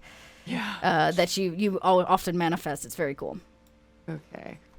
It can just go like either before or after me, just so it's easier to keep track of it. Perfect. Then I'll let you choose. Yeah. Okay. So it was told to protect Palu. So Right. in this case, it would be on that side of the vessel, like over where Ufu was. There is one druid left. So it would go and attack that druid. So Yeah. it has life drain as an action. Oof. Okay. Cast life drain. This druid's probably not going to survive that. 22 necrotic damage. Yeah, no. This guy was already injured and like shaking in his boots, literally. What does it look like as it like drains the sustenance, the life from this? It's not going to probably see it on this con save. Its hit point maximum is reduced to amount equal to the damage taken. It did pass. This reduced the target dies if the effect reduces. So the target, or its hit point maximum is reduced by amount equal to the damage taken. Oh, I see. Okay, so it takes the 22 points of damage, Oh, I see. Okay. Yeah, it like screams as this thing begins to reduce its health. It just doesn't get the permanent reduction on its hit points. Okay. Yeah. So, that's basically what that does. So he won't be like forever a like 9 hit point character. But he's like, ah, as this like wraith like rolls up over him almost. Yeah, and starts to drain because life. it's all like smoky and creepy, and it's literally just Yeah. like a skull with It's like, smoke please, God, tubes no! wrapping around. No! Yeah. Ah! The druid, like, this druid yells, as it all but basically kills this guy. There's no way he can beat that, take that much necrotic damage. The last of the druids are pretty much, like set to go. There don't seem to be any left, at least from what you can see, except for the Archdruid and the Kelp Eel. You have almost taken your ship back. Okay, so I'm in the water though. You are. So I'm going to, since I'm in the water and I'm totally cool with being in the water and I'm next to the kelp thing, I'm just gonna like bloop, swim right to it and put my hand on it and cast Decay on it. Oh, nice. Does it get 1 melee spell attack on a hit? Wait, so was the 8? No, the 8 wasn't the roll. On a hit, the target takes 1d10 necrotic damage. If the target fails... Was that a 20? And you rolled a 2? That was not very good. If the target takes tiny or small... automatic, the spell's damage increases. Okay, so... it rolled an 8 for that melee spell attack, which is not enough. But I will tell you that you do see something as you like swim down and get closer and you reach out and you can see that deeper in the water, the kelp is not quite as formed. The base of it seems to be like all squiggly and trying to like keep it afloat in the water. Some of these tendrils reach out and begin and have grabbed hold of the druids that had like shape changed into sharks and fish and stuff, and it's pulling them in and eating them under the water. You can see it's like consuming them, and you can see the bubbles like blah, blah, blah, blah, as it like is beginning to kill these druids off. And of course, with any kind of shape change, once it goes through the hit points of the fish, it reverts to the hit points of the druid. And so the druids are changing underwater and beginning to drown and suffocate as this kelp eel is keeping them down.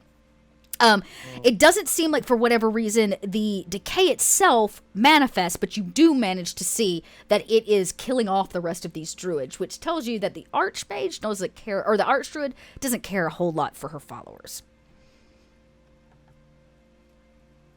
Okay, so I'm gonna swim back towards the ship. Yeah, you see that, you're like, maybe not. And you kind of, it has not noticed you. It seems really interested in whatever's going on the deck of the vessel, not under the water. Okay. Nicely done. Tide. Mm-hmm. You are in bear form. You are staring at another bear. The bear seems very injured. What would you like to do? I would like to knock her out of her bear form. Yeah. Go ahead and make another multi-attack. Okay. Bite. The 11 actually hits. Meet it, beat it. Oh man. Okay, so it's the bite that does it without question. So it had 7 points left. So 7 and 12 make 19. So you see as you bite into the shoulder, she can't maintain the form, and she begins to revert back. The fur dissipates, and your bear mouth is like wrapped around now a fleshy shoulder wrapped in black robes. She screams out as you take a meaty chunk of flesh from her, and as you claw, and it actually claws into her person this time. So she takes an extra 17 points of regular damage against herself because that damage has to go somewhere. And she kind of steps back, now facing down you, still in bear form.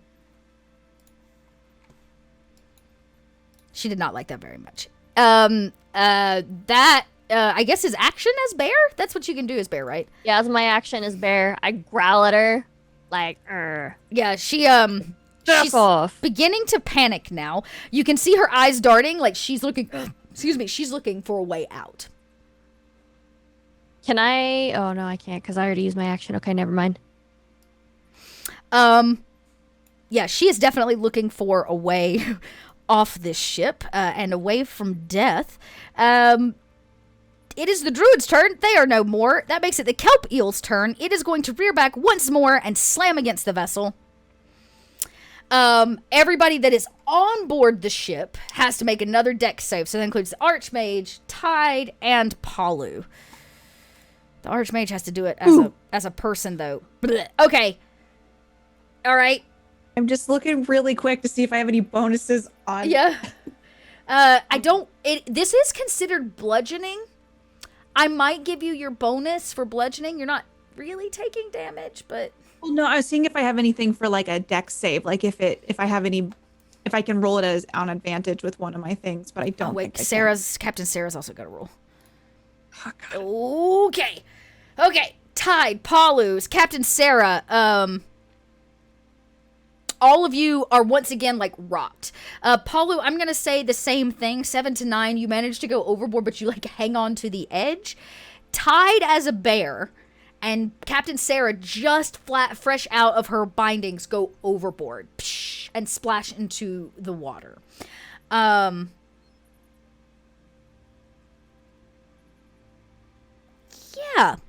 I think it's time to get salty, y'all. God. Wait, now it's time? I thought we've been doing salty I think for a while. it's time to get salty. This was the plan.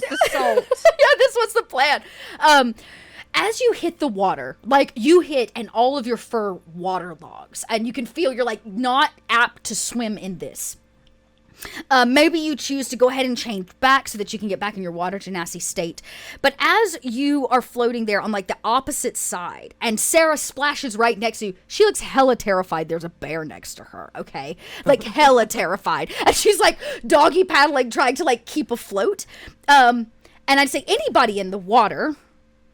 Actually, no, all of you would see it. You just see it from different angles. Palu and our floating gold along with Ufu, you're looking down on it. And you see a familiar shadow. A giant shadow of a two-headed dragon. Like begins to loop and figure 8 deep underneath the water in the blue of blue. In bear form. So Tide, Sarah, and Pasha, who are all like in the water, you see it loop under your feet, maybe even bristle your little bare toes. It's so close. And on the opposite side of the ship, a massive two-headed dragon jumps like out of the water. And as it does, it uses its tail to clean slash through the Kelp Eel. And as it does, that Kelp Eel dissipates and begins raining hundreds of pounds of kelp and seaweed all over everything. It splashes in the water. It splashes like onto the deck of the ship. And this two-headed dragon comes out, sees the arch druid standing on the deck of the vessel, lets out a roar, and reaches down and consumes her whole. As it does, she screams, "No, I'm just serving you, I swear!" And he eats her up and gulps her down in a single like bite. And then the water starts to calm. Seaweed floats on the surface. It covers the slimy deck of your ship. And some of you share the water, some of you don't, with this massive two-headed dragon. Yeah, it's just this little tortoise. Just it looks down at all of you, not at any one of you in particular. And the two heads talk in unison in this deep kind of booming voice, very different than the kind of underwater voice you heard of Nethys. And Sigotin speaks to you, and he says, "You have taken what does not belong to you."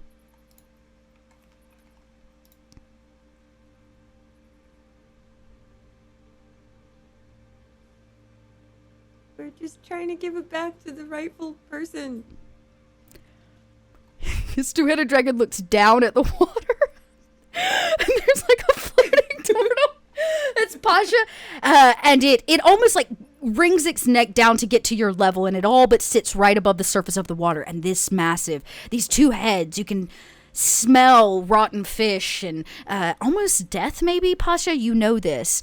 And he says, "To what person do you speak?"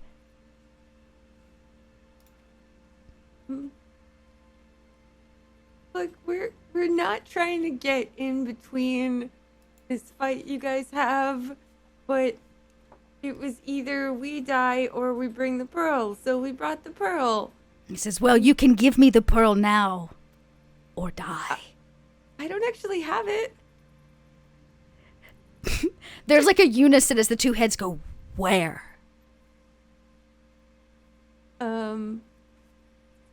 I take a really deep breath and just like sink under the water and try to swim. It begins to look around. It sees a Goliath hanging from the side of the vessel. Warrior, speak the truth. I have been helping get these pearls, and I'm open to hearing your side of things. The Nephis ate one of them. Oh no! There is, I don't think dragons can eye roll, but if they could, he would. He says, Nethys, he is long in prison. There is no way he consumed my will.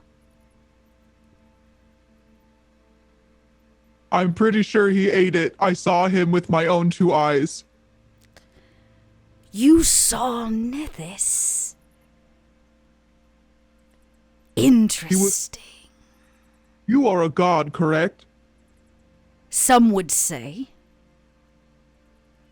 Well, I'll nervously make eyes at the rest of the group as I'm just divulging things that I probably shouldn't be. You see in the distance a soaking wet bear in the water. Just Yeah, you're not there to yell at me about like, what are you doing? I like pop up next to the bear. I like swam under the ship. Close Yeah, to the bear. other side. Yeah. Yeah. And I'm just, all you see is like bloop. And then I kind of lower my head back down and I kind of try to stabilize Tide. How far away from the shore are we? You're about 200 or 300 feet, easy. Because it's like this boat needs a place to like float, right? It can't float too close to shore. Like, as I was floating, but I'm like, it's a bit far. It hasn't quite noticed you. You could try to do it with some stealth. If you wanted to maybe roll a stealth and see if you could exit stage left. I'm not loving this situation that's happening for myself. Covered in kelp, covered in water, carrying Ufu. I have the pearl. And I was about to say, and you got the pearl. Okay. 17. It does seem distracted. It hasn't looked in the air yet. Like it definitely is like looking at the ship like down on everyone. It has not quite noticed you as you basically Homer Simpson into the bush as you kind of like try to yeet out of this situation. He says, then I will speak my side of the story, great warrior. I have always been opening to hearing your side because I was not impressed with Nethys. Is that a lie? No, I actually thought Nethys was kind of lame because it's just like a dude. And I'm like, this is like a sea dragon. Yeah. So I think like so now you're being genuine. Yeah, I'm so impressed by a 2-headed sea dragon. Okay. All right. He says, your words are true.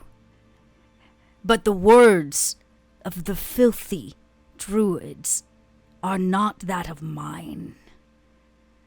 He kind of, he can't really rub his belly because he's more like a wyvern. Like he doesn't have like dragon arms or anything. He's like a sea dragon. But you can see he like coils around and he says, though they are tasty going down, I appreciate all of you acting as bait to lure out the archdruid. Of course. You're welcome. But it's very much like I didn't know we were doing that. Yeah. Oh, yeah. That's and he's like, but just because it is their will, it is not my way. I seek for no one to own the song pearls. My will is my will. So, what would you want done with the pearls? They're very randomly scattered about. I have worked very hard to keep them out of certain hands, and if it's true what you say, that Nethys has consumed one of them, then at least it is safe.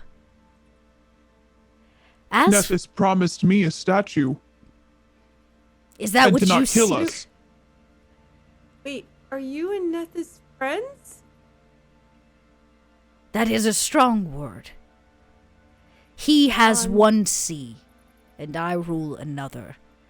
But it seems my followers have found their way back into the Middle Sea, and they seek to rise in my name, but under false platitudes. You just all of a sudden hear these bear noises like ah, ah, just like in the water, and then she stops, and then it's like, and then I disperse my wild shape, and I go I say, speak clearly. Ah, you are not just a flailing mammal. I spit water in my mouth. Yeah. Nethys and I serve different purposes. He does not want my cult to rise, and I don't want a cult at all. He actually just doesn't want you to have the pearls at all. Well, Period. I don't want him to have the pearls. So, you give me one, he has one. It seems like a fair trade. And whatever he offered you, I will offer you tenfold. Okay. Well, I asked for a form of retirement for peace, where I would not be bothered by any. But, you know, now that we have gone through this journey, and we have literally gone through the Shadow Realm to gather one of your pearls, which, by the way, was very, very difficult. I don't know what you were thinking, having millions and millions of undead there to protect it. And obviously, it didn't really work because we were able to get it. So you might need to, like, reconsider how you're going to store a pearl again. Yes, Because, Karen and I must speak about that. But that is not Don't yours be to... upset with him. He was very, very nice and helpful, and he knows things about the dead. And I really like the dead. Those dead just were a little Nethys promised her knowledge of the dead. So you can give me control of those dead if you want, and then I'll teach them to be better, and maybe you could teach me more death things. I want to learn more death things, please. So you would, in this moment, give me the pearl and give me your fealty. Would you please wait one moment? Treading water is starting to get a little wary. I'm going to then swim past him or whatnot to the ship and climb up, and I'm going to sit on it. Yeah, I imagine all of you slowly make your way up. He might even help you, like, with his tail. But you see him, like, sniff the air, both heads, like, lap a kind of snake-like tongue out to test the air, and he says, "But none of you hold the pearl. Have you lied to me?" No, we haven't lied. There is another companion that, at the moment, we are not choosing to reveal because we don't really know. I imagine Gold's, like, right behind. Yeah, yeah. As I'm saying, I'm like, we don't really, yeah. Right, like in the blind In the spot of air. his massive head. Oh god, I'm trying to get to shore and just like I'm not trying to go up and down either. I'm just trying to like slowly Head towards the shore. not draw attention because sharp movements will draw attention. It's true, yeah, if you don't move, it won't see you. Well, it seems we are at a standstill. You can join the Arch-Druid, or you can give me what I came for and be on your way. But you promised us tenfold what Nethys promised us. In exchange you for the need- pearl. Why should we believe you and not? And will you Nethys. protect us from Nethys' fury? Not even that. We need to make sure that we are literally being pitted against two gods. We are doing two gods' errands, and honestly, it's getting a little tiring. Could you So- even say Nethys was a god, though? I mean, look Yes, that is a god. He Is it 'cause he can swallow large things? a humble being. You can tell there's like a little sass. They are very different. For those of you that might be astute to it, like Nethys seems to have a bit of a humble state to him. I will give you everything Nethys promised tenfold, but you have to give me the pearl, and I promise that I will find you safety from Nethys's reach. Okay, that sounds pretty good to me. No. It's tenfold I time. have no. Tenfold. I have read, along with my studies and studying with my circle and my guild of druids, that gods can twist words and be very tricky. They don't speak plainly like you and I. They are known to be deceitful, manipulative. And that is why I ask, how can we trust you? You can't. The trust of a god is only earned through faith. So what would this safety entail exactly? I would assure that you are no longer in the Middle Sea, for it is the land or sea of Nethys. There is no place here that I can keep you safe.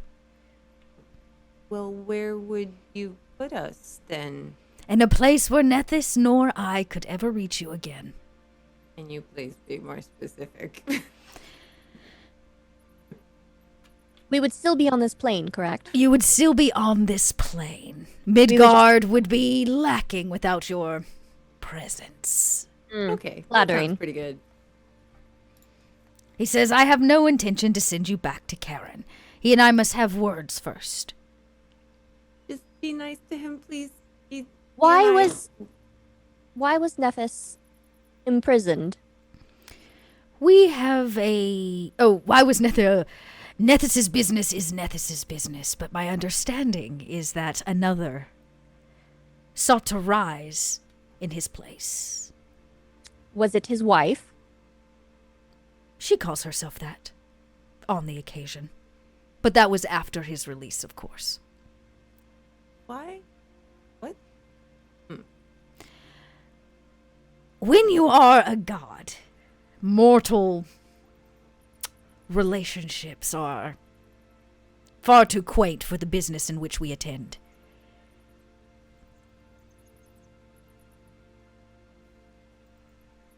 What if we just dropped the pearl into the sea and we just sailed off and we all went our separate ways?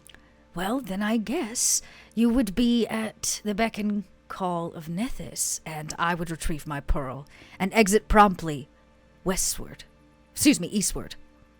back to the land of the dragonkin. That seems like a bad idea because Nethys said he'd kill us if we didn't bring him the pearl. So, I could kill him. I mean, but don't you want tenfold the rewards? And we'd be safe, and this cool dragon dude would be our boss.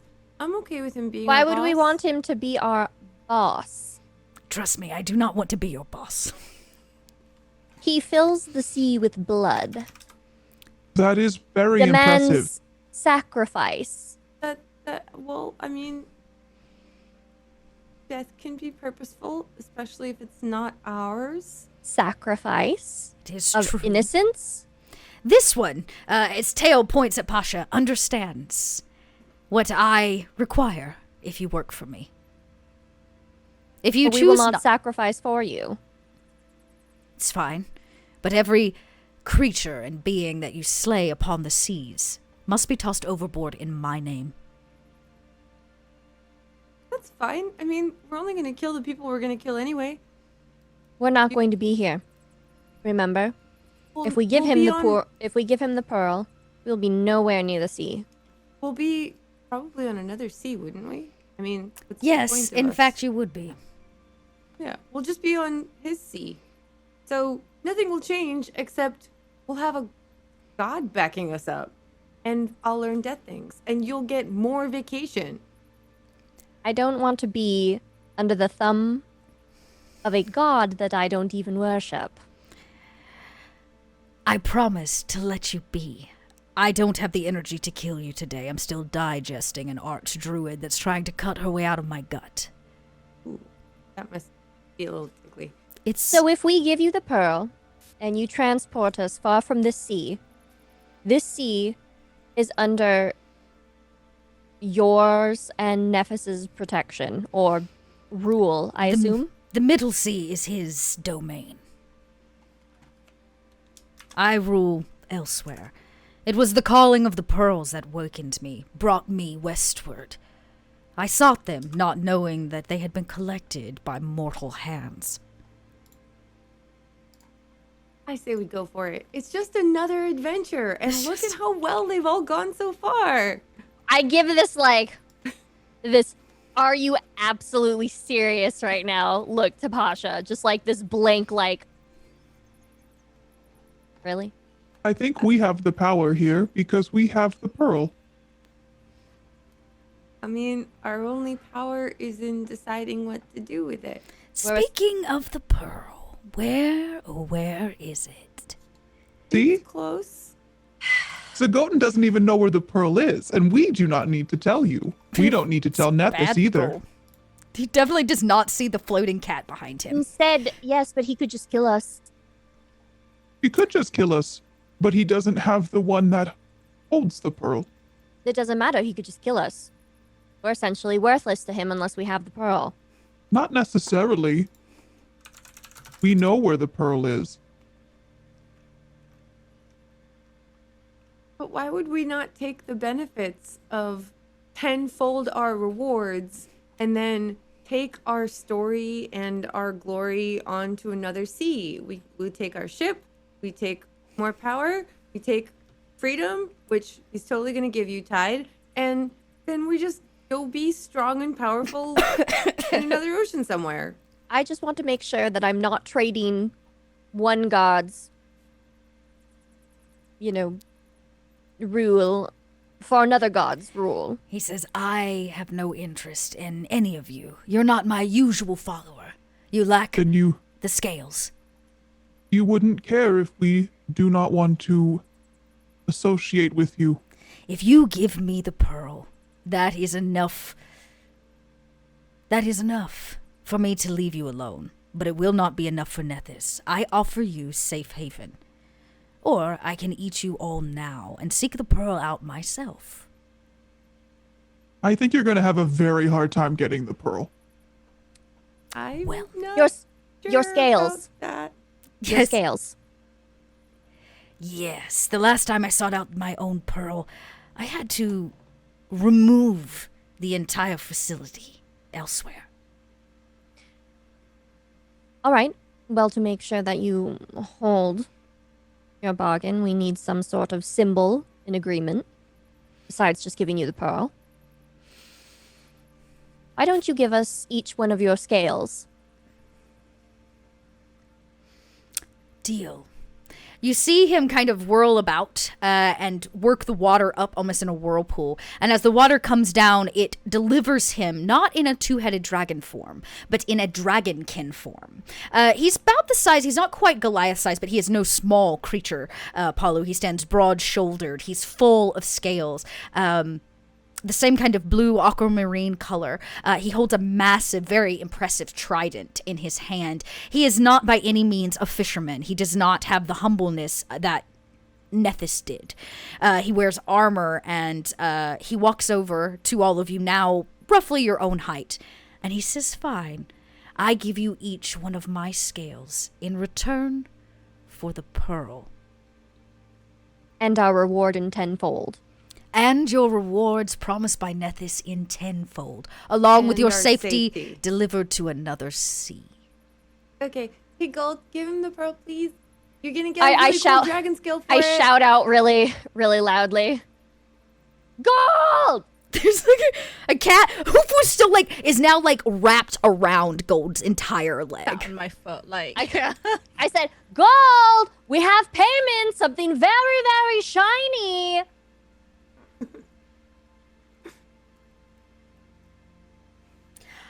Like, okay. You turn around, and he goes, "Ah, a flying feline. Now that is new." Hi. Gold's pretty neat, right? I'm gonna like flip my. So well, what are we doing? We are giving him the pearl. In return, we get a scale symbolizing the agreement that we are about to Can I hold. pick which one? Sure. Let me finish first. It's like, let me finish first, because I go, in return, we get the reward that Nephis offered us in tenfold, along with our safety. However, we will no longer be in the sea. I don't like the sea anyway. All right, well, that's right with that. Okay, well, it's semantics. Just, okay, could you please give the pearl? Okay.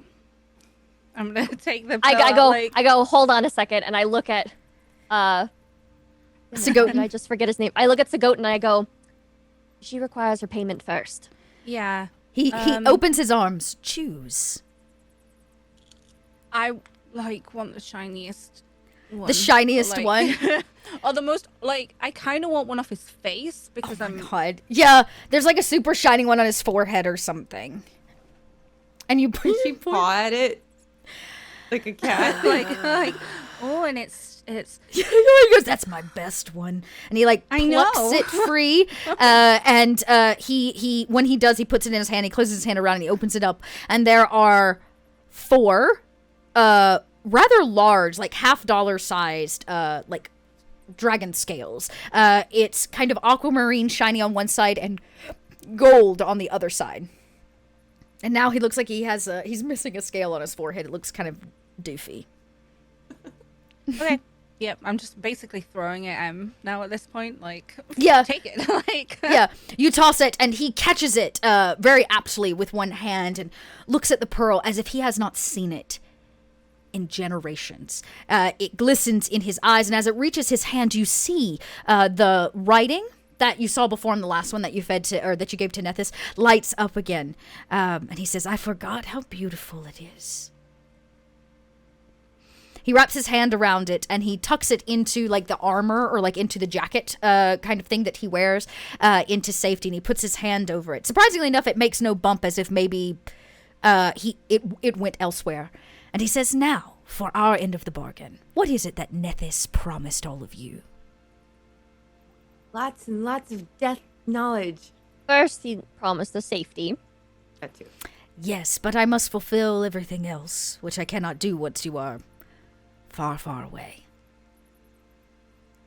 Pasha. Lots and lots of death knowledge. Death knowledge, yes. Any other day, I might be very upset with Karen. We have a specific agreement. He broke the rules. But as promised, the best person to learn death knowledge from is the man who ferries souls into death. He reaches in his pocket and he pulls out a shell. It's like a conch shell. On average, these are white and beautiful and kind of pearlescent, but this is like a black pearlescent. It looks like death has touched this, and he hands it over to you. And he says, "You can speak directly to him." This is the coolest thing ever. Thank you. He says, "I cannot give knowledge. Knowledge is earned and won. But you have the best teacher there is." This is amazing. Thank you so much. And I just cradle it and sit down on the deck, Indian style, and I'm just holding it and smiling at it. "And you?" And he turns to this cat, or this cat folk, and he says, "And you?" Well, I got to keep the button. Really "What cool. button?" My button? You think it opened the door to where Karen was, actually? I opened a or door. something? It had. I'll show you it, and it makes a clicky noise. Yeah, you pull it out and you show it. He says, "Yes, the technology of the elves was unmatched." He reaches in his pocket and he pulls out a collection of similar but not exact buttons. These are not made of shells. These are various buttons from all over Midgard. Some of them made of gears and metal, other ones, but they all click. And he pours the 5 or 6 of them into your paws, and he says, each one of those open a door somewhere in Midgard. And they all click? They will click each and every time. Okay. Yeah. You have like a collection now of basically like standalone, stand still, like enter buttons. On the end of like my claws. Press them all in a row. And he looks over to Tide and he says, and what did you request? Well, I want to retire. I no longer want to be a part of my Druid circle. And I don't want to have to work. Ever. Yes. The need for peace and quiet. I have a very special gift for you. But I cannot give it to you here. It is far too specific. All right. He says, but wait, I promise I will come through. And then he turns and looks at the Goliath. You're still about a head taller than him, but he looks you up and down and he says, the great warrior, what is it you asked for? I had hoped for a statue, That is but all. I no longer want it. Oh, what is it you want then? I would love for people to tell my stories, and I would love for people to have heard of what I've done in my lifetime. I have lived longer than I thought I would have. But it turns out not many have heard of my stories, and I do not want to take the easy way out by having a manufactured statue or song written about me. Great heroes have statues and songs written about them, usually after death. And perhaps there's more living I need to do first. Perhaps. But I can try to spread the story of Palu the Barbarian. And what do you hope they will call you in your songs? Ah. Well, I would ask that you would only bring it up if it comes up organically in conversation. Of course. It seems only proper.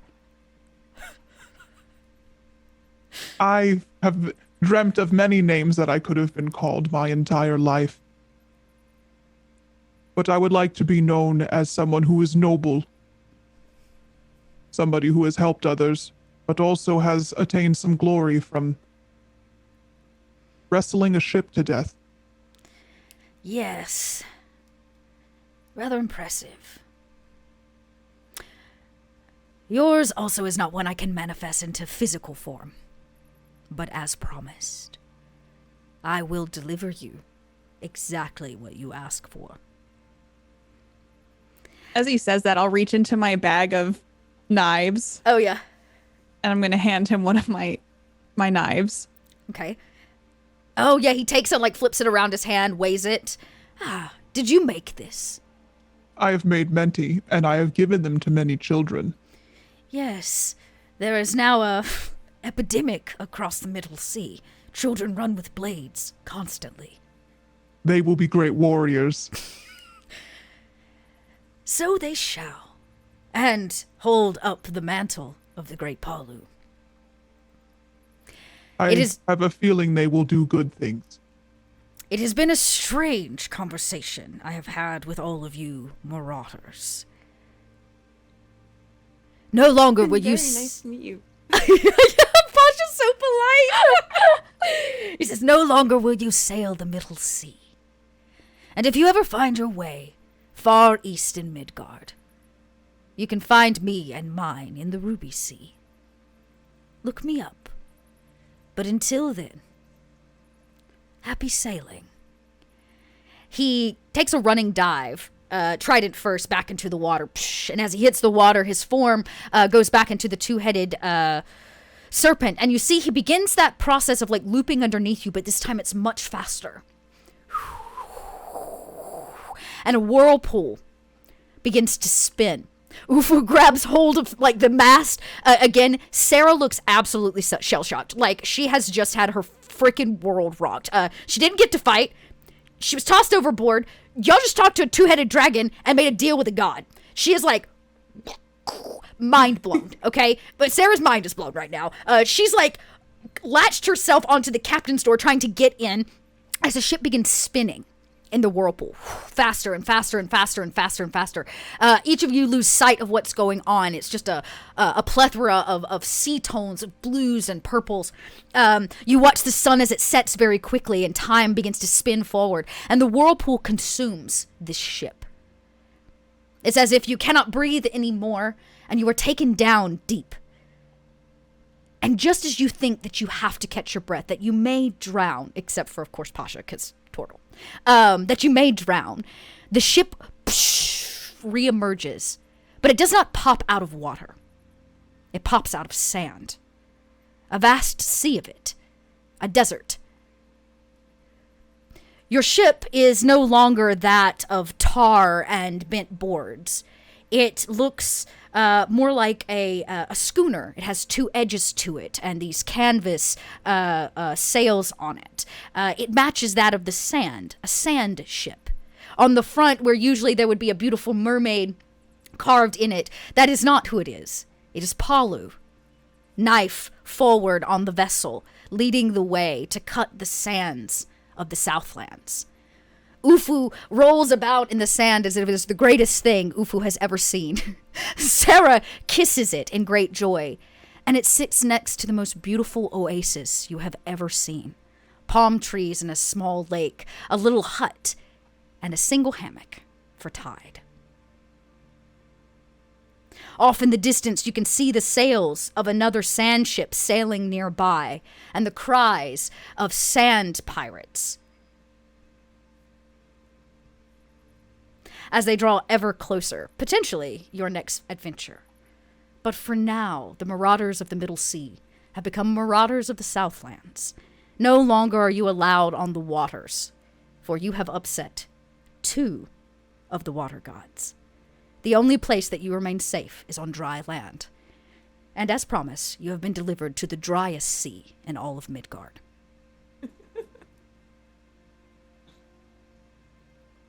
I want to go on another adventure now. I want to go sail the sea! Yeah! What are in all these crypts with the buttons? Like, Are there mummies? Like, there's so many questions. Oh my God. There are Mummies. so many Yeah. questions. The Southlands is a very, very fun setting, but for a different day. But you had to deliver Ufu and Sarah here anyways, because remember, they were on the run, Yeah! so you kind of Ufu's an fulfilled uncle. it too. Yeah. This is perfect. It's perfect. So our little Salty Sea adventure comes to a close with Salty Sands instead. What an absolute great honor it has been to play with all of you. I know we're a little over time, so let's go around. Segotin, great question. Segotin is spelled Seggotin. Segotin. It is actually part of the Midgard World Book. Here it is. You can learn a little bit about Segotin and Nethys as well. Midgard World Book. In addition, part of this adventure, I'm reskinning, repurposing, and writing into the next Warlock Lair adventure. So if you actually want to play this with your characters, you'll be able to actually dive into the the dungeon that they did on a much bigger level, actually. So, because it's meant to be a nice little adventure for 6th to 12th level characters. So that's coming out. Yeah, so you can get your hands on that here, I believe, sometime late October, maybe November. I'm writing that as we speak. But let's go around. Let's meet our Sandy crew. Now I have to say Sandy crew. I'm going to go, I guess I'm going to go backwards, which means, Kat, you're up first because you went last. It is I. I'm Kat. You can all find me on Twitch at I'm Kat. What is it? Twitch.tv/I'm Kat. I totally spaced on that. Or you can find me on Twitter, which is I'm Kat Kat. So yeah, I usually post chaotic nothings. I play gameplay at a very chaotic level, so I play it the way it's not supposed to be played, or how I try to find the most like I have Power Washing Simulator to stream, and some of you might not want to watch because it might be a little how do I a little bit triggering to some of you. Aggravating. Yeah, aggravating, frustrating, that kind that kind of stuff. No big deal. That's the content I bring you. I also do a couple of other. I'm going to be on Table Story nice. this month. We're going to be doing a show called Roots. So if you want to check that out, I definitely recommend that. And yeah, I'm going to miss this group a lot, but I don't think this is over because Dot totally just set it up to have more adventures, and you can't tell me otherwise. So I'm waiting for season 2. Yes, please. For everyone, to Kobold Press. Yeah, but he took. Go to social media. Social. Yes, go to social media and hype it up. Ask for Seriously, another please. season. Oh God. Love it. So much fun. Love it. That makes me really glad to hear. That makes me very, very happy to hear. Yes, go follow. There's a link there in chat. Go follow Kat, and watch all of her antics. I'm gonna call them antics because that's what they seem like to me. Skipping across because that was what my chaos did. Makes it Tash's turn. Hi, I'm Tashna. You'll find me everywhere like that because it's my name as a pirate because I'm a grown-up. I do mini painting. I'm in a Vampire the Masquerade show on Mondays on the Wandering Inn. That is coming to a close soon. And then I'm going to be like, tabletop free. What am I going to do? How am I going to live? I don't know. So that's upsetting. I play visual novels. I play horror games. I'm all over the place. But yeah, just have a lot of fun and do terrible accents. And I'm going to miss the group. So this isn't the end. Yeah, it's not the end. Yeah, This it's is not the It's a end. nice, Yeah. it's a nice little wrap up for this season. Yes, the season wrap up. So, so yeah, I'm very thankful to have been a part of it so far. Very cool. I'm very grateful that all of you said yes. It was like the easiest thing I've ever cast for Kobold. I literally reached out to all of you one day and all of you were like, yeah, duh, I'll be there. And I was like, wow, that worked out in T-minus 24 hours. I'm feeling great. So I really, really appreciate it. And y'all have all brought so much to this story. Like your characters are like, y'all could have easily just been like, we're going to be pirates. But all of you brought something really interesting and like unique, and each of your characters brought so much joy to the table in their own little like weird ways. Even if it was death joy, it was still death joy, and I love that. So thanks for being here. And it was great to play with you again, Tash. It's been a while. Yeah. Skipping across to Katie. Hello, I'm Katie Peters Place. I played Palu.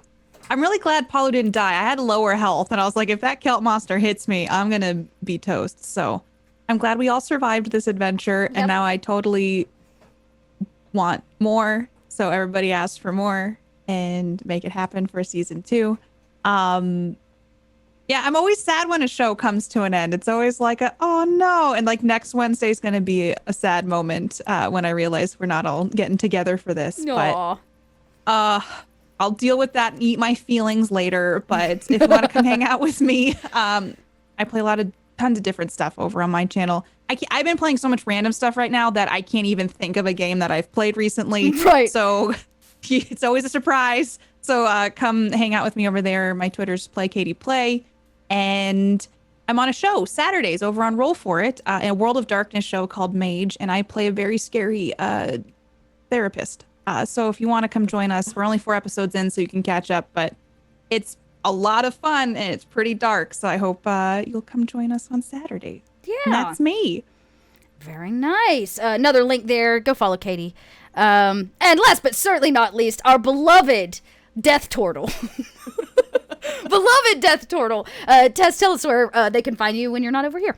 So I am on Sunkissed with Tash on Mondays, and I'm so sad that this is ending. But it's just the end of the season. Okay, you guys go. Kobold Press, Twitter. Seriously, please. I need to hang out with these people again. And also I'm on Rhyme on Table Story, Rhyme of the Frost Maiden, which is really cool. I actually play a barbarian, so Palu is like my my heart and soul. Yeah.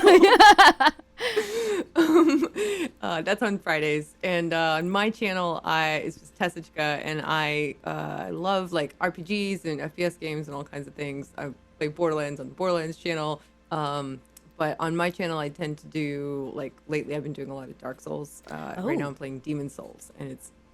Are Amazing. you doing it as an adorable turtle? No, because you should be. Should have. Yeah. Well, I have to play. I play with a keyboard and trackball, and it's a keyboard I built, and so it's kind of like enough madness to go on with it. But now that you've said that, maybe I'll have to. Pasha plays. Yeah, maybe I'll have to do a little Pasha Plays episode, because why not? That's very funny. I love that. Well, again, I want to thank you all. Links for every one of these incredible cast members are there. If you gave today, I just want to say a humongous thank you to everybody that donated, including Trance1. And it looks like we got another one from a non-cat. Know that every time you support this channel, whether it is through bits or tips or a subscription, you help this channel keep going and make sure that we can pay this incredible cast for the talents and the joy that they bring to the screen. That is a huge part of what we're trying to do here at Kobold Press, and hope to continue to do, as Kobold just hired me full-time. So I will be doing this full-time for Kobold Press. We will have a ton more stories, a lot more dice rolling, and more shows than you can probably consume in a week. I've got a buttload of ideas that are going to be coming to the channel, which you'll see kind of start to manifest post Gen Con. If you're headed to Gen Con, drop by the Kobold Press booth. We'll be at 1537. That is our booth number. I'll be there working tech for like the stream stage, the main stages and stuff, but I'll also be popping by the Kobold Press booth. And if you swing by, we have free Swobold minis to give away to every person that swings by the booth. So come on by, grab your Swobold mini, chat with some of the rest of the kobolds that make Kobold Press possible, including Wolfgang himself, the founder of the company. Like, it doesn't get cooler or more awesome than that. And we'll be there rolling dice and wearing masks and trying to have as much of a fun time as we can after such a struggle of a year. In addition, I want to just say, if you supported our last Kickstarter, a giant, huge thank you. We closed out at $378,000 with almost 6,900 backers. That makes it our second largest backed project to date for Kobold Press. More importantly, it means that this was a huge success. We far surpassed every stretch goal we possibly could, and that means Tome of Heroes is going to be even bigger and better than before. If you didn't manage to get in on the Kickstarter, don't fret. My understanding is pre-sales for it are going to happen pretty soon here in the next week or so. So keep your eyes out. If you missed it, you can go ahead and hit pre-sales so that you can also get a copy of the book pretty much as soon as they hit market, and you can start building some new 5e characters, which is what it's all about. Other than that, I think that's the big stuff. This is the end. We're going to go raid another channel. It looks like Motherlands is happening right now over on Cypher of Tears channel, so let's go give them all of our love and support. Take this joy, share it with other people, keep the joy going. Make sure you drop some kobolds in chat and let them know that we love what they're doing over there and the stories that they're telling and the dice that they're rolling. Until then, we will be back next week. Same kobold time, same kobold channel for kobold chats, and we'll be back. Oh no, this week we won't because it's Gen Con. But the following we'll actually be back with Into the Southlands, which is our campaign that's taking place right now in the Southlands. Ufu is actually a part of that cast, so this takes place many years maybe after our Marauders land in the Southlands. How Ufu got from point A to point B, well, that's the mystery.